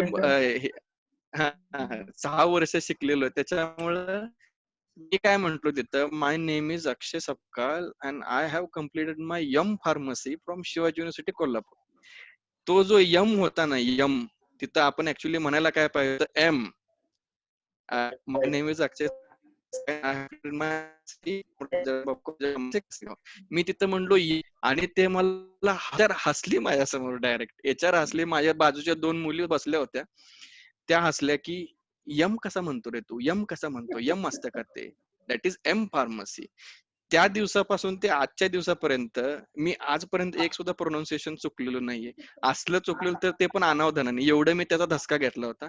आणि ही गोष्ट मी त्या मॅडमला सांगितली की मॅडम हे मला जास्त असं अपिलिंग झालं की ही गोष्ट माझ्याकडून झाली त्यावेळी. तर ह्या छोट्या छोट्या गोष्टीत ना, आपण म्हणतो ना, खोटं बोल पण रेटून बोल, त्यापेक्षा खरं बोल पण रेटून बोल. कधी कधी खरं बोलताना पण एचआरला पुढच्या खोटं वाटतं, कारण बरेचसे लोक थापा घेऊन येतात एचआरच्या इंटरव्ह्यूला. मॅडम मी हे केलं, मॅडम मी ते केलं, मॅडम मी एनएसएस मध्ये पण होतो, मॅडम मी ह्याच्यामध्ये पण होतो.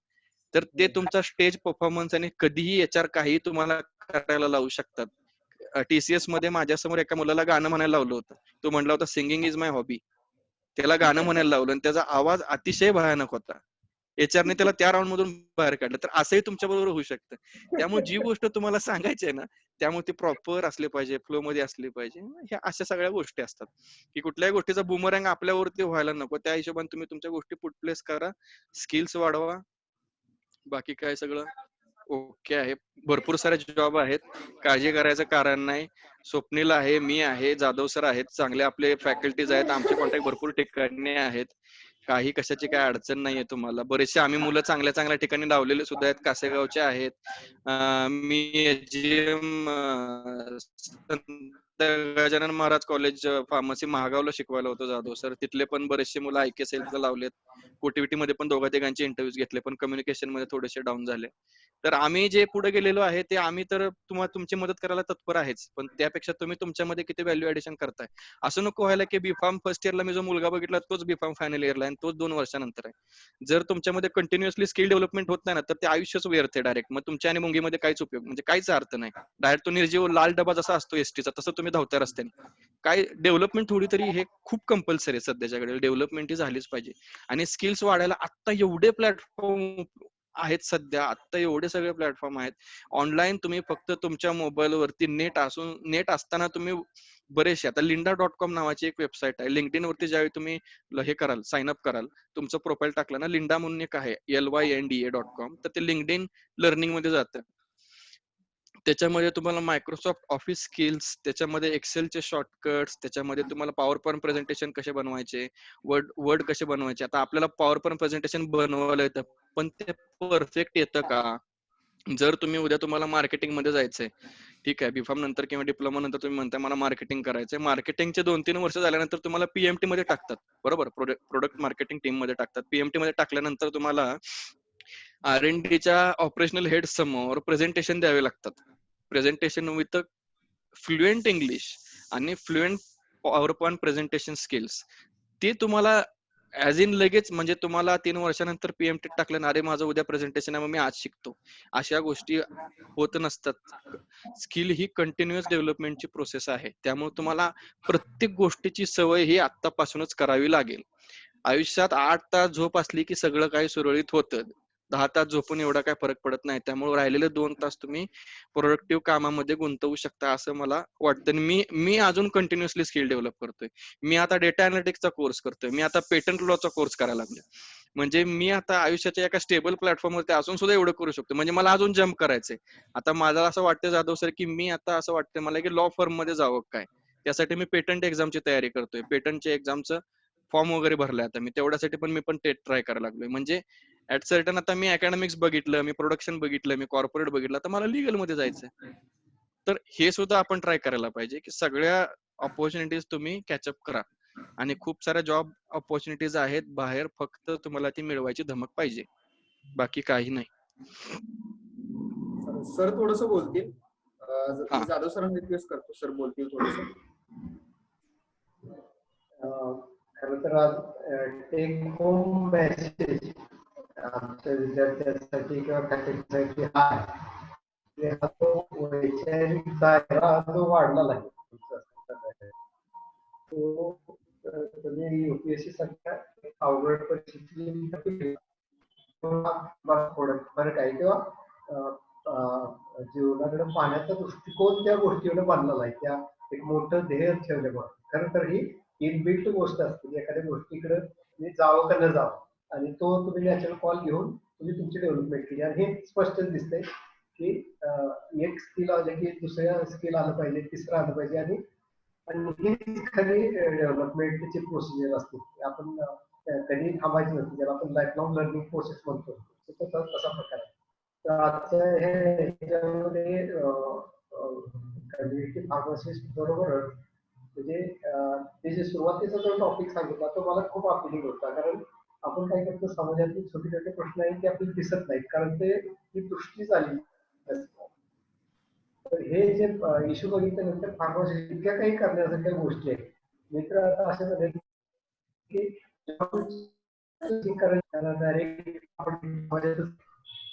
यातले अनेक आयडियाज घेऊन ते वर्कआउट करू शकतो. तर एकदमच ह्या वेबिनारच्या सिरीजची सुरुवातच अतिशय चांगली करून दिली, त्याबद्दल धन्यवाद. आणि आपण येथून पण नंतर पण इंटरॅक्ट होऊ. नंतर आपण कॉलेजला एखाद्या दिवशी व्हिजिट जरूर करा. आम्हाला तुमच्याशी अधिक तुमचे विचार शेअर करायला अधिक आवडेल. नक्की नक्की sir. Thank you sir, thanks a lot for appreciating. Upadhyay sir please continue. हा सर.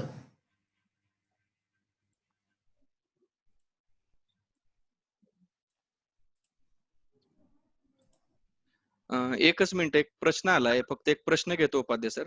हा सर. प्रीतम कुंभार, जास्त जणांचा माइंडसेट असा असतो की मेडिसिन हे आपण वाटण्यासाठी घ्यायची आहे, इव्हन त्या डिसीज कव्हर झाला तरी. हा, आता सीन असा आहे की नाही, पब्लिक माइंडसेट कधी पण एका माणसामुळे चेंज होत नसतो. पब्लिक माइंडसेट कसा असतो माहितीये का, पब्लिक माइंडसेट हा पब्लिकला आलेल्या अनुभवात नसतो. आता बऱ्याच वेळा कसा असतो, ऍझिथ्रोमायसिनला 3चा डोस असतो किंवा 6चा डोस असतो. 6 असेल तर 250 mg ची आपण टॅबलेट घेतो आणि 3 असेल तर 500 mg ची टॅबलेट घेतो.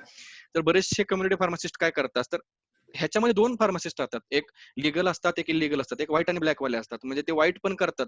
आपण म्हणतो ना इथिकल प्रॅक्टिस पाहिजे आपली, तर इथिकल प्रॅक्टिस काय सांगते तुम्हाला, की डोस तुम्ही 500 चे 3 द्या किंवा 250 चे 6 द्या आणि त्याला सांगा की ट्वाइस अ डे तुम्ही घ्या, किंवा 500चा असेल तर एक घ्या, तुम्ही रात्री घ्या, शक्यतो सकाळीपेक्षा शक्यतो रात्री घ्यायला सांगतात ऍझिथ्रोमायसिन, ऍज पर माय मतलब नॉलेज. तर आता हे कधी करतात, ज्यावेळी तुम्ही लोकांना त्यांच्या पर्स्पेक्टिव्हनं सांगाल. ज्यावेळी पेशंट म्हणतो की गावातले लोक असतात, फॉर एक्झाम्पल कासेगाव सारख्या ठिकाणी रुपेश पोंडे नावाचा आमचा मित्र आहे, त्याचं तिथं मेडिकल आहे. तर तो सांगताना सांगतो, त्याला तिथं लोक येतात आजूबाजूच्या छोट्या छोट्या गावातून आठवडी बाजाराला, आणि त्याला तिथं म्हणतात की आम्हाला डोकं दुखतं, क्रोसिन द्या. तर तो काय करतो, बऱ्याच वेळा तो बघतो, म्हणजे लोकांकडे बघतो की बाबा धोतर घातलंय, पटका घातलाय, जास्त पैसे नसतील. तर अशा वेळी ऍक्च्युली एका चांगल्या कम्युनिटी फार्मसिस्टनं काय केलं पाहिजे, त्याला एक स्ट्रीप द्यायची का क्रोसिनची, सांगायचं का 15 रुपये झाले. तर हे चुकीचं आहे. जर त्याचं एका टॅबलेटमध्ये तुमच्या हेडेक दूर होत असेल, तर तुम्ही त्याला एक्स्ट्रा 14 टॅबलेट चिकटवायचं फक्त फायनान्शियल मेजर साठी बरोबर नाही. जर तसं करायचं असेल तर तुम्ही किराणा मालाचं दुकान आणि मेडिकलच्या दुकानमध्ये काहीच फरक पडत नाही हो. तर तसा माइंडसेट तुम्ही चेंज करा. त्यानं माझ्यासमोर त्याला एक गोळी दिली, म्हणलं पैसे राहू देत, फक्त गोळी घ्या, झालं. आता तोच नंतर माणूस काय करतो, तोच नंतर माणूस इकडच्या तिकडच्या दुकानात जाण्यापेक्षा त्याच दुकानात तो म्हणतो की मला असं असं पोटात दुखायला लागले, हे डॉक्टरने प्रिस्क्रिप्शन दिले. ते प्रिस्क्रिप्शन निघतं जवळपास 750 रुपयांचं. तर ते 750 रुपयाचे टॅबलेट त्याला दिले जातं. म्हणजे जो 14 किंवा 15 रुपयाचा तुम्ही मुनाफा किंवा तुम्हाला प्रॉफिट पाहिजे होता, ह्याची डोंबिवलीची मैत्रीण होती, तिनं IELTS दिली, ती क्वालिफाय झाली, आज ती MS करते ह्याच्यामध्ये UK मध्ये. तर अशी पण गोष्ट आहे. तर ते MS करता करता योगाचे क्लासेस घेणे किंवा ह्या गोष्टी घेणे. इंडियन एम्बेसी तिथल्या चांगल्या असतात, आपल्या इंडियन पॉप्युलेशन पण भरपूर आहे बाहेरच्या कंट्रीजमध्ये. त्यामुळे त्रास फक्त कसा होतो तिथं, की फक्त तिथल्या कल्चरशी मॅच होताना फक्त जास्त त्रास होतो, की आपलं कल्चर कसं असतं, की सगळ्यांना मिळून मिसळून राहायचं किंवा सगळ्यांना हे करून राहायचं. तर ऍक्च्युली बाहेरचं कल्चर तसं नसतं. मोस्टली बाहेरचं कल्चर हे असं पूर्ण श्रिंकिंग मध्ये असतं, की ते फक्त कॉर्पोरेट जॉब टू जॉब ठेवतात. जॉबच्या लोकांना जास्त हे करत नाहीत किंवा प्लेस टू प्लेस असतं त्यांचं. खूप प्रॅक्टिकल हे असतं. इंडियन पॉप्युलेशन एक इमोशनल खूप आहे. त्यामुळे कंट्रीज लाईक कॅनडा असेल किंवा ऑस्ट्रेलिया असेल किंवा न्यूझीलंड असेल, UK असेल किंवा इव्हन US सुद्धा असेल, तर तिथे एवढा इश्यू येत नाही कसा आउट ऑफ इंडिया जाऊन जरी जॉब करायचा झाला तरी. पण त्यासाठी तुम्हाला प्रोफेशनल सर्टिफिकेशन तिथल्या कंट्रीची गरज असते. तुम्ही डायरेक्ट B.Pharm होऊन जाऊन शकत नाही बाहेर कॅनडामध्ये, की मला तुम्ही हे करा. सागर पोपटाई नावाचा एक मित्र होता, तो आता आज फार्मसी रिटेलचे मॅनेजर आहे केपटाऊन मध्ये, साऊथ आफ्रिकेमध्ये. तर तो आम्ही एमफार्म करत असतानाच तो एमफार्म सेकंड इयरला होता, त्याच वेळी त्याने ती एक्झाम साऊथ आफ्रिकेची फार्मसी काउन्सिलची पास केली होती. त्याच्यानंतर तो डायरेक्ट तिकडेच गेला. तर ते असं आहे, जर तुम्हाला खरंच काय करायचं आहे ना, B.Pharm फायनल इयरला तुम्ही आहे, तर तुम्ही IELTS चे प्रिपरेशन आतापासून करा.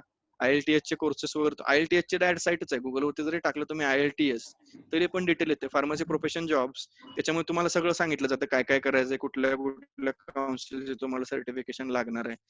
फार्मसी काउन्सिलची तिथल्या कॅनडाच्या जर तुम्ही केलं, तर तुम्हाला पगार वगैरे पण चांगला. तुम्हाला रिटेल चेन मॅनेजमेंट मध्ये टाकलं जातं किंवा ऍज अ फार्मसी स्टोअर मध्ये तुम्ही काम करू शकता चांगलं. आणि तिथं आर्ली पेड आहे, म्हणजे तासिक पगार आहे तुम्हाला. इकडे कसं आपल्याकडे मंथली पगार आहे, तसं तिथं नाहीये. तिथं तासिक पगार असल्यामुळे तिथली इन्कम पण जास्त आहे, तेवढा खर्च पण जास्त आहे. बरेचसे लोक चांगलं काम करतात सध्या, त्यामुळं काय अडचण. श्रीकांत नावाचा मित्र आहे स्वप्नील आपला, तो सुद्धा आता मॅनिटोबाला कॅनडामध्ये आहे. अच्छा श्रीकांत देशमुख, अच्छा. तो सुद्धा तर त्यानं सुद्धा IELTS दिलेली आहे. त्यानं सुद्धा तिकडे जाऊन इमिग्रेशन डिपार्टमेंट मध्ये, तो तरी फार्मसिस्ट असून सुद्धा इमिग्रेशन डिपार्टमेंट मध्ये. तर IELTS दिल्यानंतर बऱ्याचशा जॉब ओपनिंग तुम्हाला ओपन अप होतील बाहेर गेल्यानंतर. तसंही तुम्ही ट्राय करा. थँक्स. चालेल, आपण कन्क्लूड करतोय. I request Upadhyay sir to proceed for the ending session. Thank you, sir. So we are the last part of this session. First, I would like to thank Mr. Akshay Sakpa, sir, who had accepted our invitation for this webinar series, May 2020. Sir, तुम्ही मुलांना खूप महत्वाची आणि उपयुक्त माहिती सांगितलेली आहे, कारण तुम्ही तुमचे स्वतःचे लाईफ एक्सपिरियन्स मुलांच्या बरोबर शेअर केलेले आहेत, जे कुठल्याही पुस्तकात मिळत नाहीत. आणि ह्याचा फायदा विद्यार्थ्यांना 100% होईल. भले ते इन्फॉर्मेशन मेडिकल कोडिंगशी रिलेटेड असो किंवा प्रायमरी इंटरव्ह्यू फेस करण्यापासून जॉईन करण्यापर्यंत तुम्ही जे एक्सपिरियन्स शेअर केलेत, त्याचा फायदा आमच्या विद्यार्थ्यांना भविष्यात 100% होईल. Now I would like to request our principal sir, Dr. R.P. Jadhav sir, to present the certificate of appreciation to our resource person Akshay Sakpa sir. Certificate will be displayed on the screen.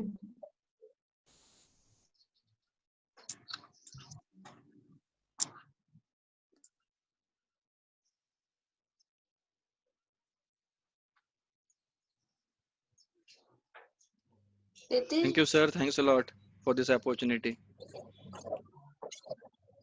I request Upadhyay sir to share vote of thanks and conclude the first session. Okay, sir. Sant Jnaneshwar Shikshan Samstha, Annasaheb Dange College of Pharmacy. This was the first session of webinar series 2020, and we have got a huge response. More than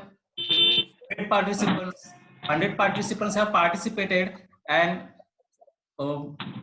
more students were in waiting room. So we are very thankful our sir for giving us this opportunity.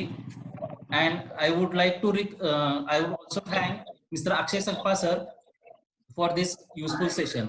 And from with this, I would say that this session is concluded. Thank you, sir. Okay, thank you. Thank you all of you. Thank you, sir. Thank you, guys. Thank you, sir. Upadhyay sir, meeting conclude करा तिथून. No problem. हाँ sir. You all are leave the group. Okay. Next session, sir. Hello.